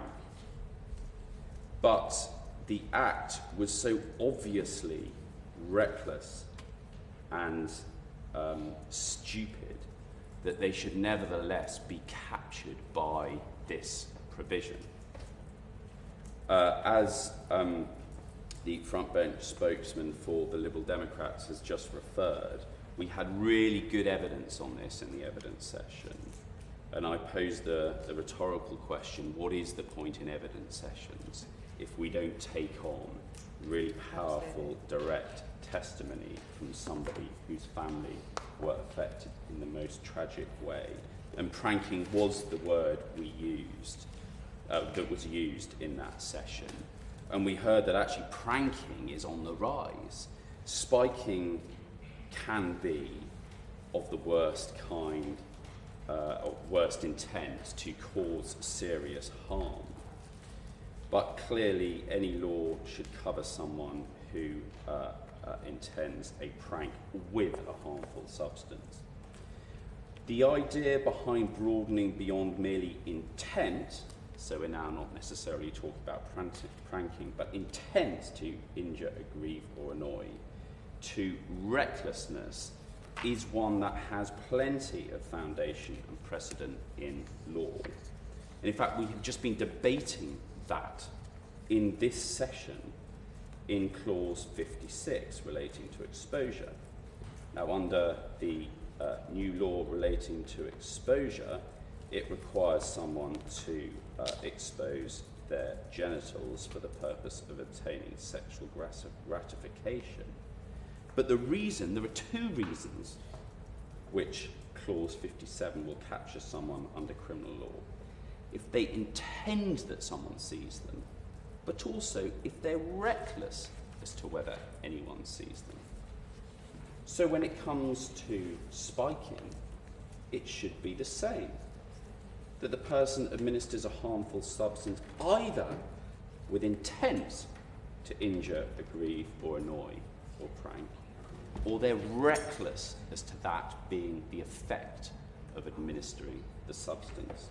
Because let's be clear, administering a harmful substance on its own is not a criminal offence under this clause 73. It requires something in the mind of the person. At the moment, only intent. I urge the government to include reckless behaviour that to a reasonable person should be obvious that they're going to cause injury, grievance or annoyance, even if that wasn't the intention. Thank you, Sir Roger. Can I thank all honourable members for their contributions to this debate? I think it's been a very good debate, getting to the heart of the important issue that needs to be tackled, which is spiking. I'm particularly grateful to the Honourable Member for Stockton West for tabling his amendments 44 and 45, which enables me to give a fuller answer to the question that he raised right at the end of the committee's evidence session and to explain the rationale for clause 73. Clause 73 fulfils our manifesto commitment to crack down on spiking and to bring perpetrators to justice. This new offence, just to reassure the Shadow Minister, the Liberal Democrat spokesperson and my own honourable members, that this is just one part of a package of measures designed to tackle this crime. My right honourable friend, the Safeguarding Minister, and I co-chair the Violence Against Women and Girls strategy across government, which we will be publishing shortly. And Of course, we will be working with all of the multi-agencies in this field, nighttime economy, transport, health department, police, everyone, education, to really try and prevent this abhorrent crime from taking place and to support those victims where they have sadly suffered. This new offence is just one step in the government's commitment to halving violence against women and girls in a decade and to make our streets safer. I should also say that although the majority of victims of spiking are women, we should not forget, as Colin Mackey reminded us in his evidence session to the committee, that men are victims too. Colin's son Greg died after his drink was spiked with ecstasy. And I want to pay tribute to Colin and Mandy Mackey from Spike Away, and also to the formidable Dawn Dines from Stamp Out Spiking for all of the incredible campaigning that she has done over the years to get us to this place today where we are clarifying this offence. And all of the other organisations, there are many, we heard about the brilliant ones in Gravesend from my honourable friend, for their work in this area to protect victims and to stop these crimes happening. Let me briefly explain what Clause 73 does. So it repeals sections 22, 23 and 25 of the Offences Against the Person Act, 1861, a very, very old law, and replaces it with section 24 of that Act with a new administering a harmful substance, including by spiking offence. Now, this approach has been developed with reforms proposed by the Law Commission in their 2015 report, Offences Against the Person Modernising the Law on Violence, and Clause 73 firstly repeals section 22 of the 1861 Act. That offence is rarely used and it is considered unnecessary due to the conduct being covered by other offences such as the new Section 24 offence and Section 61 of the Sexual Offences Act 2003, which criminalises the administration of a substance to enable sexual activity. Clause 73 then repeals Section 23 and replaces Section 24 of the 1861 Act with a new Section 24. The new offence will broadly continue to capture the conduct that is currently criminalised by the offences at Sections 23 and 24. So our aim here in creating that single offence is to make a simple, modern offence that clearly applies to spiking. Honourable members will note the title of the offence now includes, for the first time, that explicit reference to spiking. We hope that this will increase public awareness that spiking is illegal, encouraging victims to report these crimes, and that it will improve the police response to these incidents. New Section 24(1) makes it an offence for a person to unlawfully administer a harmful substance with intent to injure, aggrieve or annoy the other person. Section 24(1)(a) retains the term administering a substance to continue to capture the wide range of spiking and non-spiking behaviours. For example, adding a substance to a drink or via injection, but also by spraying someone with pepper spray, or so-called potting, which is throwing urine or faeces on another person. Now, the clause also makes clear that the harmful substance can be directly or indirectly administered, and the administration must be unlawful. This means that the offence will not be committed if there is a lawful purpose for administering the harmful substance or if the person consents to the administration. For example, where a doctor injects a strong painkiller to a patient in an emergency. Section 24(1)(b) maintains the specific intent requirement from the current Section 24 offence. That is, that the person must intend to injure, aggrieve or annoy the victim. The aim in retaining this language is that the court's current wide interpretation of the intent requirement will continue to apply. Now, at this point, I think it's important to address the Honourable Member for Stockton West's Amendment 44 and the concerns raised by other Honourable Members, because this seeks to add the phrase take revenge on and prank to the specific intent requirement. Now, having looked very carefully, we think that this addition is both unnecessary and, in fact, it could actually be unhelpful for the enforcement of the offence. Now, the offence is committed even if the person who has been spiked suffers no harm, and importantly, the terms injure, aggrieve or annoy have been widely interpreted by the courts. For example, the courts have held that a person had intent to injure when a substance was administered to loosen up or overstimulate that person. Now, while every case will of course depend on the facts, if a person administers a harmful substance for the purposes of revenge or in order to play a prank, then they would, in all probability, be found to have acted with intent to annoy or aggrieve the other person. The offence, therefore, would already be made out. In our view, pranking or revenge behaviour that should be criminal is captured by this offence. Additionally, and concerned that this amendment would also obscure and overcomplicate the offence, particularly when trying to make the offence simple for the police, the public and the legal landscape. Now, revenge and prank are not words commonly used in criminal law, and prank is essentially a slang term which has other meanings other than referring to a form of practical joke. Importantly, the inclusion of these phrases might cast doubt on whether spiking for revenge or as part of a prank would otherwise fall within the intents of annoy or aggrieve. As I have mentioned already, in all probability, a person who administers a harmful substance for revenge or as a prank will have such an intent. We do not want to imply that these motivations are somehow different or need to be proven in addition to the specific intents already included. Nor is it the case that a person can simply claim that they had spiked someone, only intending it to be a joke or a prank. That is not a defence under the current offence. It is a matter for the court or a jury to decide when considering the wider context of the incident that has occurred, whether the person intended to injure, aggrieve or annoy a person. I would therefore suggest to the Honourable Gentleman that whilst I understand why he has tabled these amendments, the Government remains of the view that they are unnecessary and potentially unhelpful. I will happily give way to the Honourable. I thank the Minister for giving way. I have a modicum of sympathy for how she is addressing the words prank and revenge. Not necessarily that I agree with her, but I have some sympathy. Can she address this issue of intent and recklessness? Because that does have a very clear precedent in law, indeed in this bill itself. Yeah, we'll happily do so. In terms of being reckless, then it would be for the court to decide and determine the case of the facts in terms of that aggrieve, annoy, intent, which can be interpreted by the courts to do so. I think it's also important for us to deal with the other amendment, which is 45, which I also feel like could cause that problem, and just to address his comments head on. Now, Amendment 45 that has been tabled by the opposition would also introduce a requirement that a person must act knowingly or recklessly before the offence of administering harmful substances is committed. Now, Amendment 45 also risks introducing that confusion rather than actually bringing clarity. So for the offence to be made out, a person has to act with a specific intent to injure, aggrieve or annoy the other person.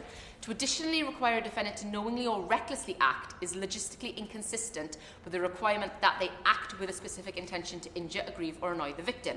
Now, having explained why I do not think that is helpful to amend the clause in the way the Honourable Member suggests, I want to return to the details specifically of the clause, which I think will help provide that clarity. Section 24(2) defines harmful substance, which is any poison or other destructive or noxious thing. By incorporating the language of the existing sections 23 and 24 offences, we aim to capture the broad range of substances that can, as established by existing case law, be illegal to administer. New Section 24 also modernises the law in other ways. It will become a triable either way, rather than an indictable-only offence. Now, this allows for less serious cases to be dealt with quickly in the Magistrates' Court, allowing for justice to be served quicker. The penalty for the new offence will be 10 years, reflecting the seriousness with which the government takes this behaviour, and this penalty is the same as the existing Section 23 offence, and an increase in the maximum penalty for the more commonly prosecuted existing Section 24 offence. The new offence will also extend to England and Wales and Northern Ireland. Finally, let me briefly mention Government Amendments 16 and 19, Sir Roger. As with the other offences in this bill, these provisions add the new offence to the list of serious offences which exclude a person from claiming as a defence that they committed the offence as a result of being subject to modern slavery. In conclusion, the Government believes that the new offence, capturing spiking, will simplify the current legal landscape and be more readily understood by both the public and the police. It is part of our wider programme to increase public awareness of the illegality of spiking, to encourage the reporting and help the police better respond to this abhorrent crime, and I commend Clause 73 to the committee. Happy to move the divisions. Wish to move the division. Amendment 44 proposed clause 73. The question is, as on the order paper, the question is that amendment be made. As many of that opinion say aye? Aye. Contrary, no? No. Division. Lock the doors.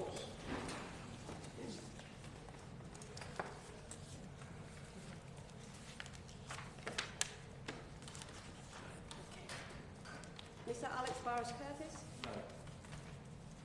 David Burton Sampson? No. Harriet Cross? Aye.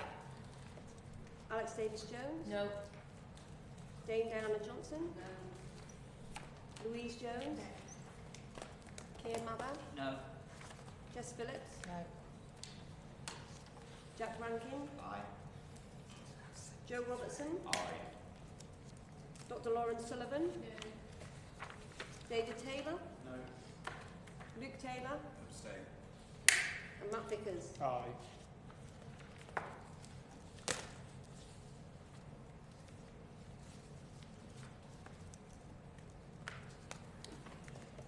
Ayes were 4, the noes were 9, so the noes have it. Leave the doors locked, please. Amendment 45? Wish to move to division. Wish to move. Amendment 45 to clause 73, already debated. As on the order paper, the question is that amendment been made. As many of that opinion say aye. Aye. Contrary, no. No. Division. Mr. Alex Barros Curtis? No. David Burton Sampson? No. Harriet Cross? Aye. Alex Davis Jones? No. Dame Diana Johnson? Louise Jones? No. Keir Mather? No. Jess Phillips? No. Jack Rankin? Aye. Joe Robertson? Aye. Dr. Lawrence Sullivan? No. David Taylor? No. Luke Taylor? Abstain. And Matt Vickers? Aye.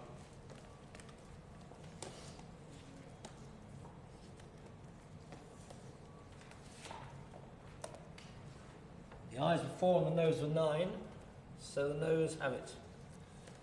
Government Amendment 16 to clause 73. Minister to move formally. Move formally. The question is that the amendment be made. As many of that opinion say aye. Aye. Contrary, no. The ayes have it.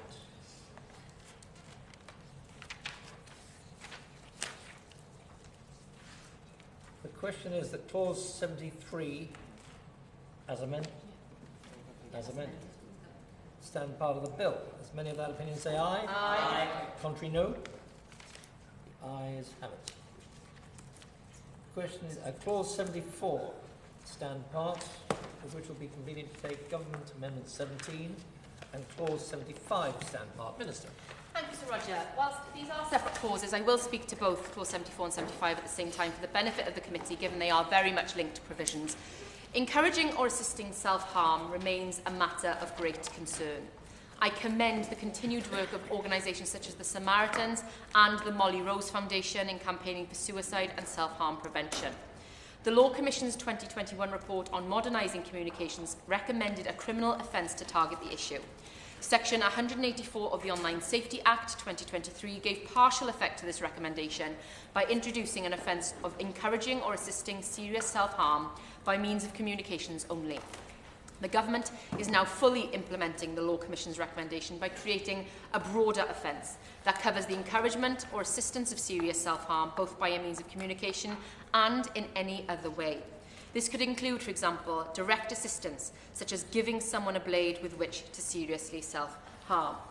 Now, clauses 74 and 75 achieve this by repealing the Online Safety Act offence insofar as it extends to England and Wales and Northern Ireland and replaces it with the broader offence. The House can be assured that these clauses include two key elements that the Law Commission and this Government are confident constrains the offence to only the most culpable offending, namely that the person's act must be intended to encourage or assist the serious self-harm of another person, and that self-harm is serious if it amounts to grievous bodily harm. This ensures that the sharing of helpful and supportive material is not criminalised. To be clear, where there is no intent to encourage or assist serious self-harm, the offence is not committed. As with the Online Safety Act offence, Clause 74 provides that a person commits an offence if they do an act capable of encouraging or assisting the serious self-harm of another person and they have the intention to do so. It specifies that the person committing the offence does not need to know or be able to identify who they have encouraged or assisted in their act, and an offence is committed regardless of whether serious self-harm of another person actually occurs. The clause further provides that A, an act includes any conduct except conduct consisting only of omissions. The definition of act is intended to cover a series of acts, as well as a combination of acts and omissions, but not a standalone omission or a series of omission. And B, Encouraging the serious self-harm of a person includes putting pressure on a person to self-harm, whether by threatening them or otherwise. Serious self-harm is when the self-harm amounts to grievous bodily harm within the meaning of the Offences Against the Person Act 1861. For example, a person may cause themselves serious self-harm by alternatively purging and starving themselves of food over a period of time. The offence is triable either way and carries a maximum sentence of 5 years imprisonment. Clause 75 then provides that a person who arranges for someone else to do an act capable of encouraging or assisting the serious self-harm of another person is committing the offence. The clause also ensures that where an act is in fact not capable of encouraging or assisting self-harm, it will still be treated as so capable had the facts been as the defendant believed them to be at the time of the act, or had subsequent events happened in the way for the defendant to have believed they would happen, or both. For example, if a person sends razor blades to another person with the intention that the person will use them to seriously self-harm, but the blades, for whatever reason, fail to reach them. Clause 75 clarifies that an internet service provider does not commit the offence by providing a means through which others can send, transmit, or publish content that is capable of encouraging or assisting the serious self-harm of a person. Government Amendment 17 adds encouraging or assisting serious self-harm to Schedule 4 of the Modern Slavery Act 2015, thereby removing the offence from the ambit of the statutory criminal defence section 45 of the 2015 Act, and I commend both clauses 74 and 75 to the committee. Clause 74 creates a new criminal offence targeting individuals who intentionally carry out acts capable of encouraging or assisting another person to seriously self-harm. Crucially, this offence goes beyond previous legislation, such as Section 184 of the Online Safety Act 2023, by covering not just verbal or digital communications, but any form of direct or indirect action. This includes, for example, physically providing someone with an object like a blade to use for self-harm. The new offence is based on a recommendation from the Law Commission, which proposed criminalising the intentional encouragement or assistance of serious self-harm. This proposal was modelled on the existing offence of encouraging or assisting suicide, as set out in the Suicide Act 1961. The Law Commission highlighted the need for any such offence to be carefully and narrowly defined to ensure that vulnerable individuals, particularly those who share self-harm content online, are not unintentionally criminalised. Subsection 1 sets out the core of the offence. A person commits it if they carry out an act that is capable of encouraging or assisting serious self-harm, and they did so with the intent that such harm would be caused. Subsection 2 clarifies that the offender does not need to know who the victim is. The offence still applies if the act is aimed at an unknown or unidentified individual, such as in the case of anonymous online posts targeting vulnerable people. Subsection 3 states that an offence is committed whether or not serious self-harm actually takes place. The focus is on the intent and the potential for harm, not the outcome. Self-harm is a deeply concerning issue that affects people of all ages, but especially young people and those struggling with mental health challenges. It involves deliberately causing pain or injury to oneself as a way of coping with overwhelming emotional distress, anxiety, trauma, or feelings of numbness and hopelessness. The physical risks of self-harm can be severe, ranging from permanent scarring and infections to life-threatening injuries and even accidental death. However, the psychological toll is often even more damaging. Those who self-harm frequently experience shame, isolation, and a deepening of the very mental health struggles that led them to harm themselves in the first place. It's not just the individuals who suffer. Families, friends, schools and communities are all affected. Loved ones often feel helpless or guilty, and support systems can become strained. In many cases, self-harm can escalate into suicidal ideation or attempts, making early intervention absolutely critical. The rise of online content that normalises or encourages self-harm has made the issue even more urgent. Vulnerable individuals can be influenced or manipulated into dangerous behaviours by others, sometimes even strangers, through social media or online forums. The law must recognise and respond to this modern reality to better protect those at risk. Tackling self-harm requires not just healthcare support and early intervention, but also strong legal tools to prevent others from encouraging or facilitating this deeply harmful behaviour. Clause 74 of the Crime and Policing Bill takes an important step in that direction. Clause 75 strengthens the framework around the offence of encouraging or assisting serious self-harm by closing potential loopholes in enforcement. It ensures that individuals who arrange for others to carry out harmful acts are equally accountable if those acts are carried out, even if indirectly.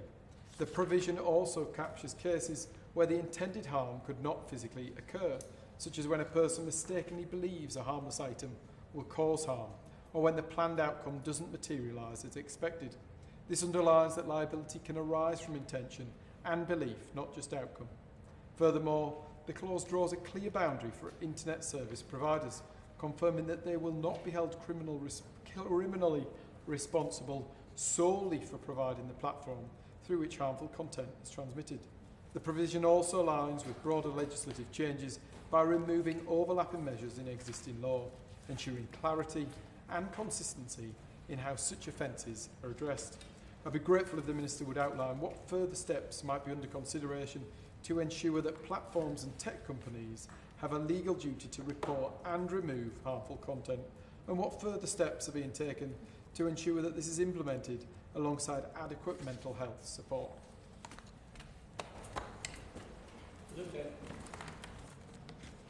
Thank you, Sir Roger.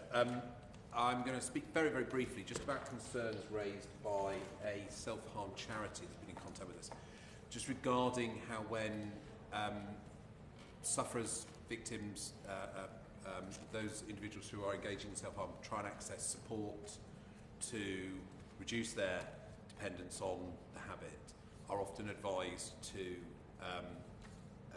moderate and to change the behaviour, and the charities are concerned that they may fall under the scope of the encouragement of self-harm in the way that sometimes the advice includes to moderate the behaviour. I wonder if the Minister has any thoughts on the details of how charities that are involved in this incredibly important work to help people who are in incredibly difficult situations would not fall under what is an incredibly well-intentioned and obviously incredibly important measure to stop the encouragement through the treatment and measures to mitigate and moderate particular practices. So I don't know whether you've had thoughts around those issues. Yeah, I'm grateful to the Liberal Democrat spokesperson for that question. I think the intention of this offence is not to capture that. It is for those who have got specific intent to cause that harm or assisting self-harm in that way. And we recognise that obviously there are organisations who do that work and they are not intended to be captured under this offence. And we are ensuring that that guidance is available.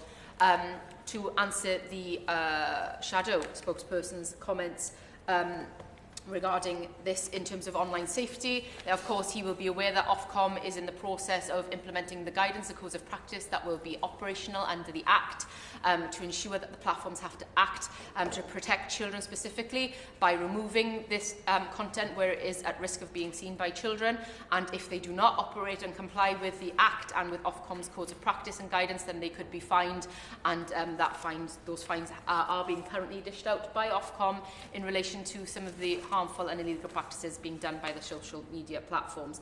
I would also say that this is, of course, again, in terms of violence that is being carried out to women and girls and children, being looked at by our broader strategy across government.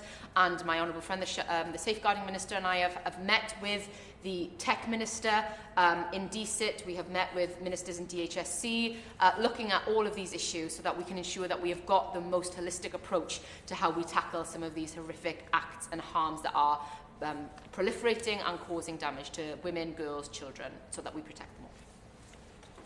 Questions that clause 74 stand part of the bill. As many of that opinion say aye. Aye. No, the ayes have it.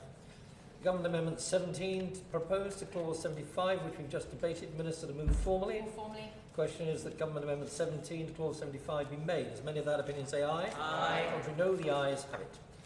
Question is that clause 75 as amended stand part of the bill. As many of that opinion say aye. Aye. Contrary, no, the ayes have it. Question is that clause 76 stand part of the bill. Minister. Thank you, Sir Roger. Honourable Members, Clause 76 of the bill aims to fill a small but important gap in the law on child abduction, which is the detention of a child abroad without appropriate consent. It is already an offence under Section 1 of the Child Abduction Act 1984 for one parent or person with similar responsibility to take or send a child under the age of 16 out of the UK without the consent of the other parent, person with responsibility, or of the court.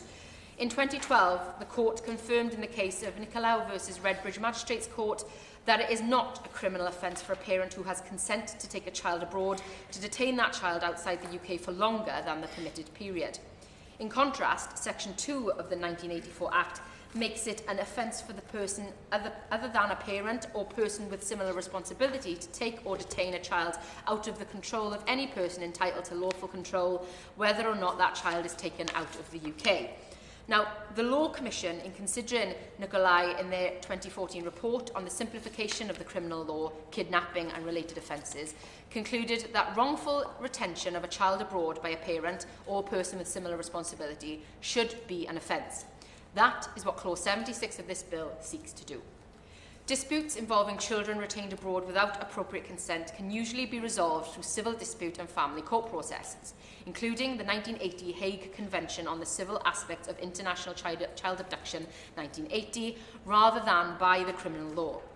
This new child abduction offence aims to supplement these civil dispute mechanisms where the force of the criminal law is required. Reunite International, the leading charity in this area, have called for legislative changes to close the gap in the law, indicating that there appears to be an issue of children being detained abroad without appropriate consent.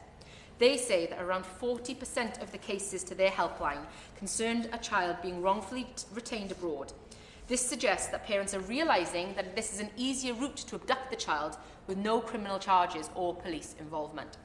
The purpose of Clause 76 in filling this gap in the law is to add to the current suite of measures available to deter parents from illegally detaining children abroad. In effect, it will mean that a parent or person with similar responsibility who has detained a child abroad without appropriate consent could face extradition to the UK and a criminal sanction if or when they return to the UK. Clause 76 at subsection 2A therefore amends Section 1 of the 1984 Act to insert the new child abduction offence.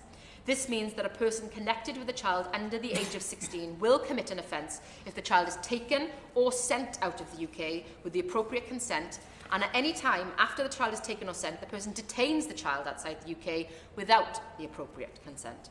In inserting the new offence into Section 1, other minor amendments detailed in subsection 2B, C, D and 4 are required to the 1984 Act so that the provisions in Section 1 and the schedule properly apply to the new offence in the same way as the existing Section 1 offence. Additionally, since the new offence by its very nature takes place outside the UK, at subsection 3 an amendment is made so that the new offence is not carved out from having extraterritorial jurisdiction in the relevant circumstances. Clause 76 will apply to England and Wales, and consent of the Director of Public Prosecutions is required to prosecute, and the maximum penalty will be the same as that which applies to the taking or sending offence at Section 1 of the 1984 Act, which is 7 years imprisonment. We have given considerable thought on whether it is right to potentially criminalise a parent for detaining their child abroad and how that will impact on the safe and prompt return of the child. The new offence, however, will only criminalise parents who intentionally keep the child out of the control of the other parent. There are also important protections built into the offence. For example, the detaining parent will not commit the offence if the other parent has unreasonably refused to consent. There is evidence that suggests that some parents are deliberately seeking to circumvent the law. We are therefore persuaded that it is necessary to fill this gap and criminalise this behaviour. I should also stress again the importance of the Hague Conventions as the route for ensuring the safe return of children.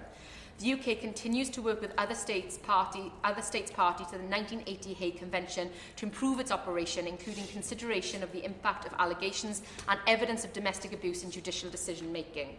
This criminal law provision supplements the international civil remedies and deals with a small but important gap in the law. I commend Clause 76 to the committee. Yeah. The question is, Clause 76 and part of the bill. This new subsection 1A addresses a deeply concerning and potentially damaging loophole by making an offence for a person connected to a child to detain that child abroad after initially taking or sending them out of the UK with proper consent, unless they continue to have that consent. This ensures that consent must be maintained throughout, not just at the point of departure. The 2012 judicial review highlighted a potential gap in the legal framework under Section 1 of the Child Abduction Act 1984. The issue arose in situations where a parent lawfully takes or sends a child out of the UK with the required consent, but then fails to return the child once the agreed period has ended. The case involved Nicholas Nicolo, who in 2007 arranged for his son to visit him in Cyprus for a limited time, in accordance with a court order. However, he did not return his son to the UK when the permitted visit expired. Following unsuccessful attempts to resolve the matter through the family courts, a warrant was issued for Nicolo's arrest.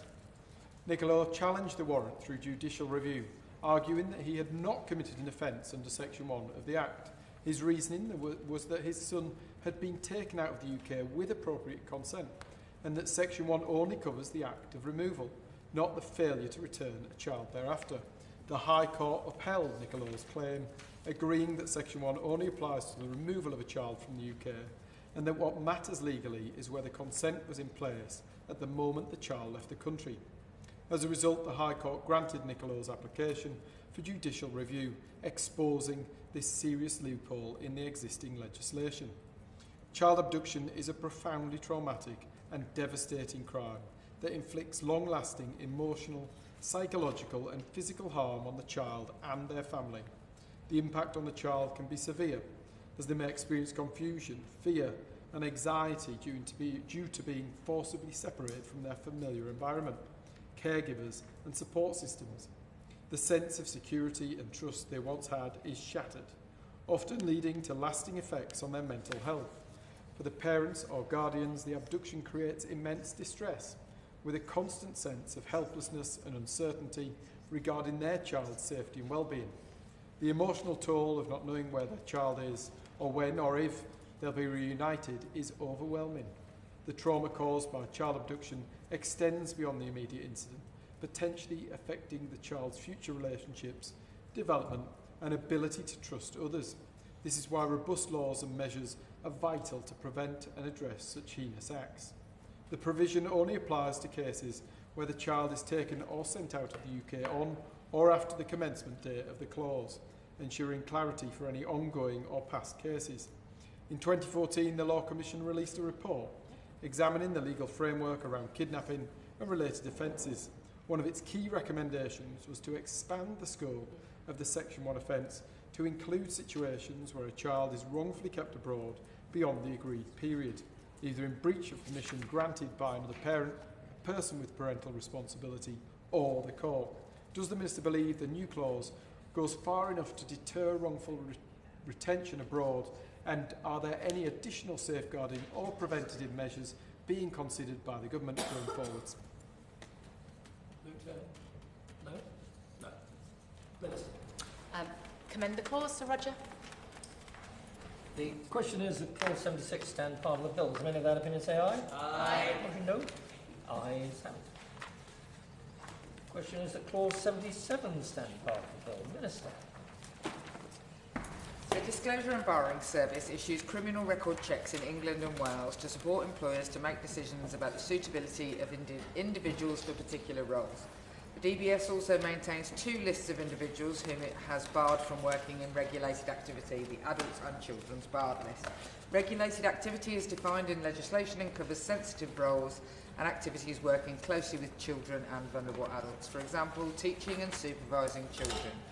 Roles in regulated activity are eligible for the highest levels of DBS check, namely the Enhanced with Barred List check. Under the current definition of regulated activity, there is an exemption for work which is subject to day-to-day supervision of another person.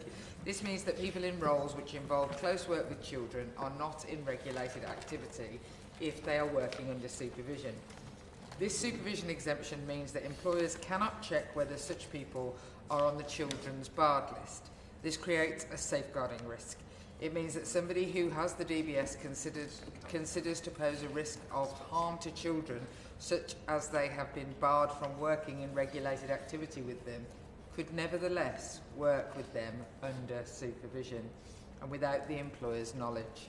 This cannot be right. It is in its final report, the independent inquiry into child sexual abuse recommended that anyone engaging in an individual to work or volunteer with children on a frequent basis should be able to check whether they have been barred by the DBS from working with children, including where the role is supervised, and the government agrees. Clause 77 therefore gives effect to this recommendation. It removes the supervision exemption so that these roles will be defined as regulated activity regardless of whether they are supervised. This will allow employers to access enhanced DBS checks, which include a check of the children's barred list.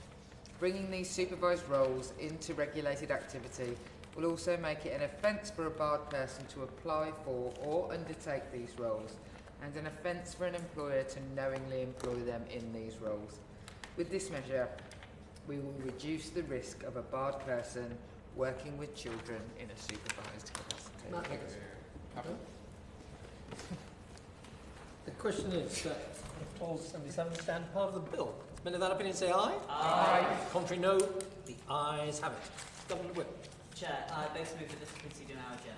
Question is that the committee do now adjourns. Many of that opinion say aye. Aye. Contrary, no. Ayes have it. Order, order. Nice and good. Room 11, sound.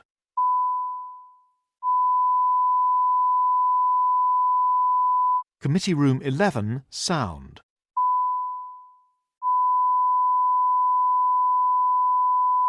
Committee Room 11, sound.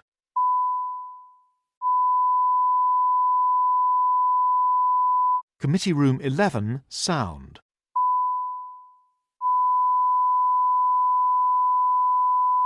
Committee Room 11, sound.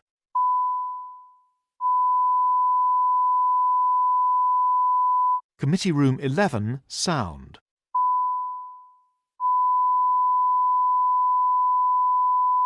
Committee Room 11, sound.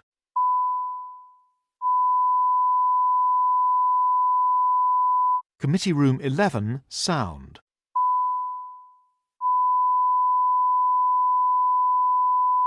Committee Room 11, sound.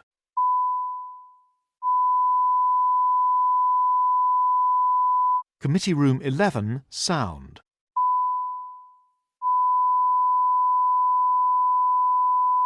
Committee Room 11, sound.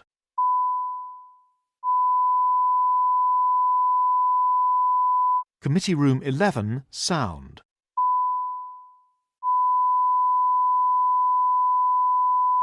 Committee Room 11, sound.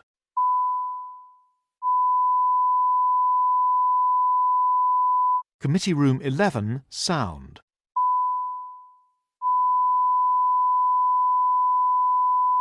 Committee Room 11, sound.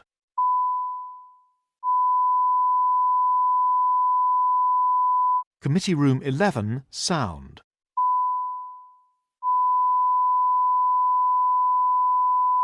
Committee Room 11, sound.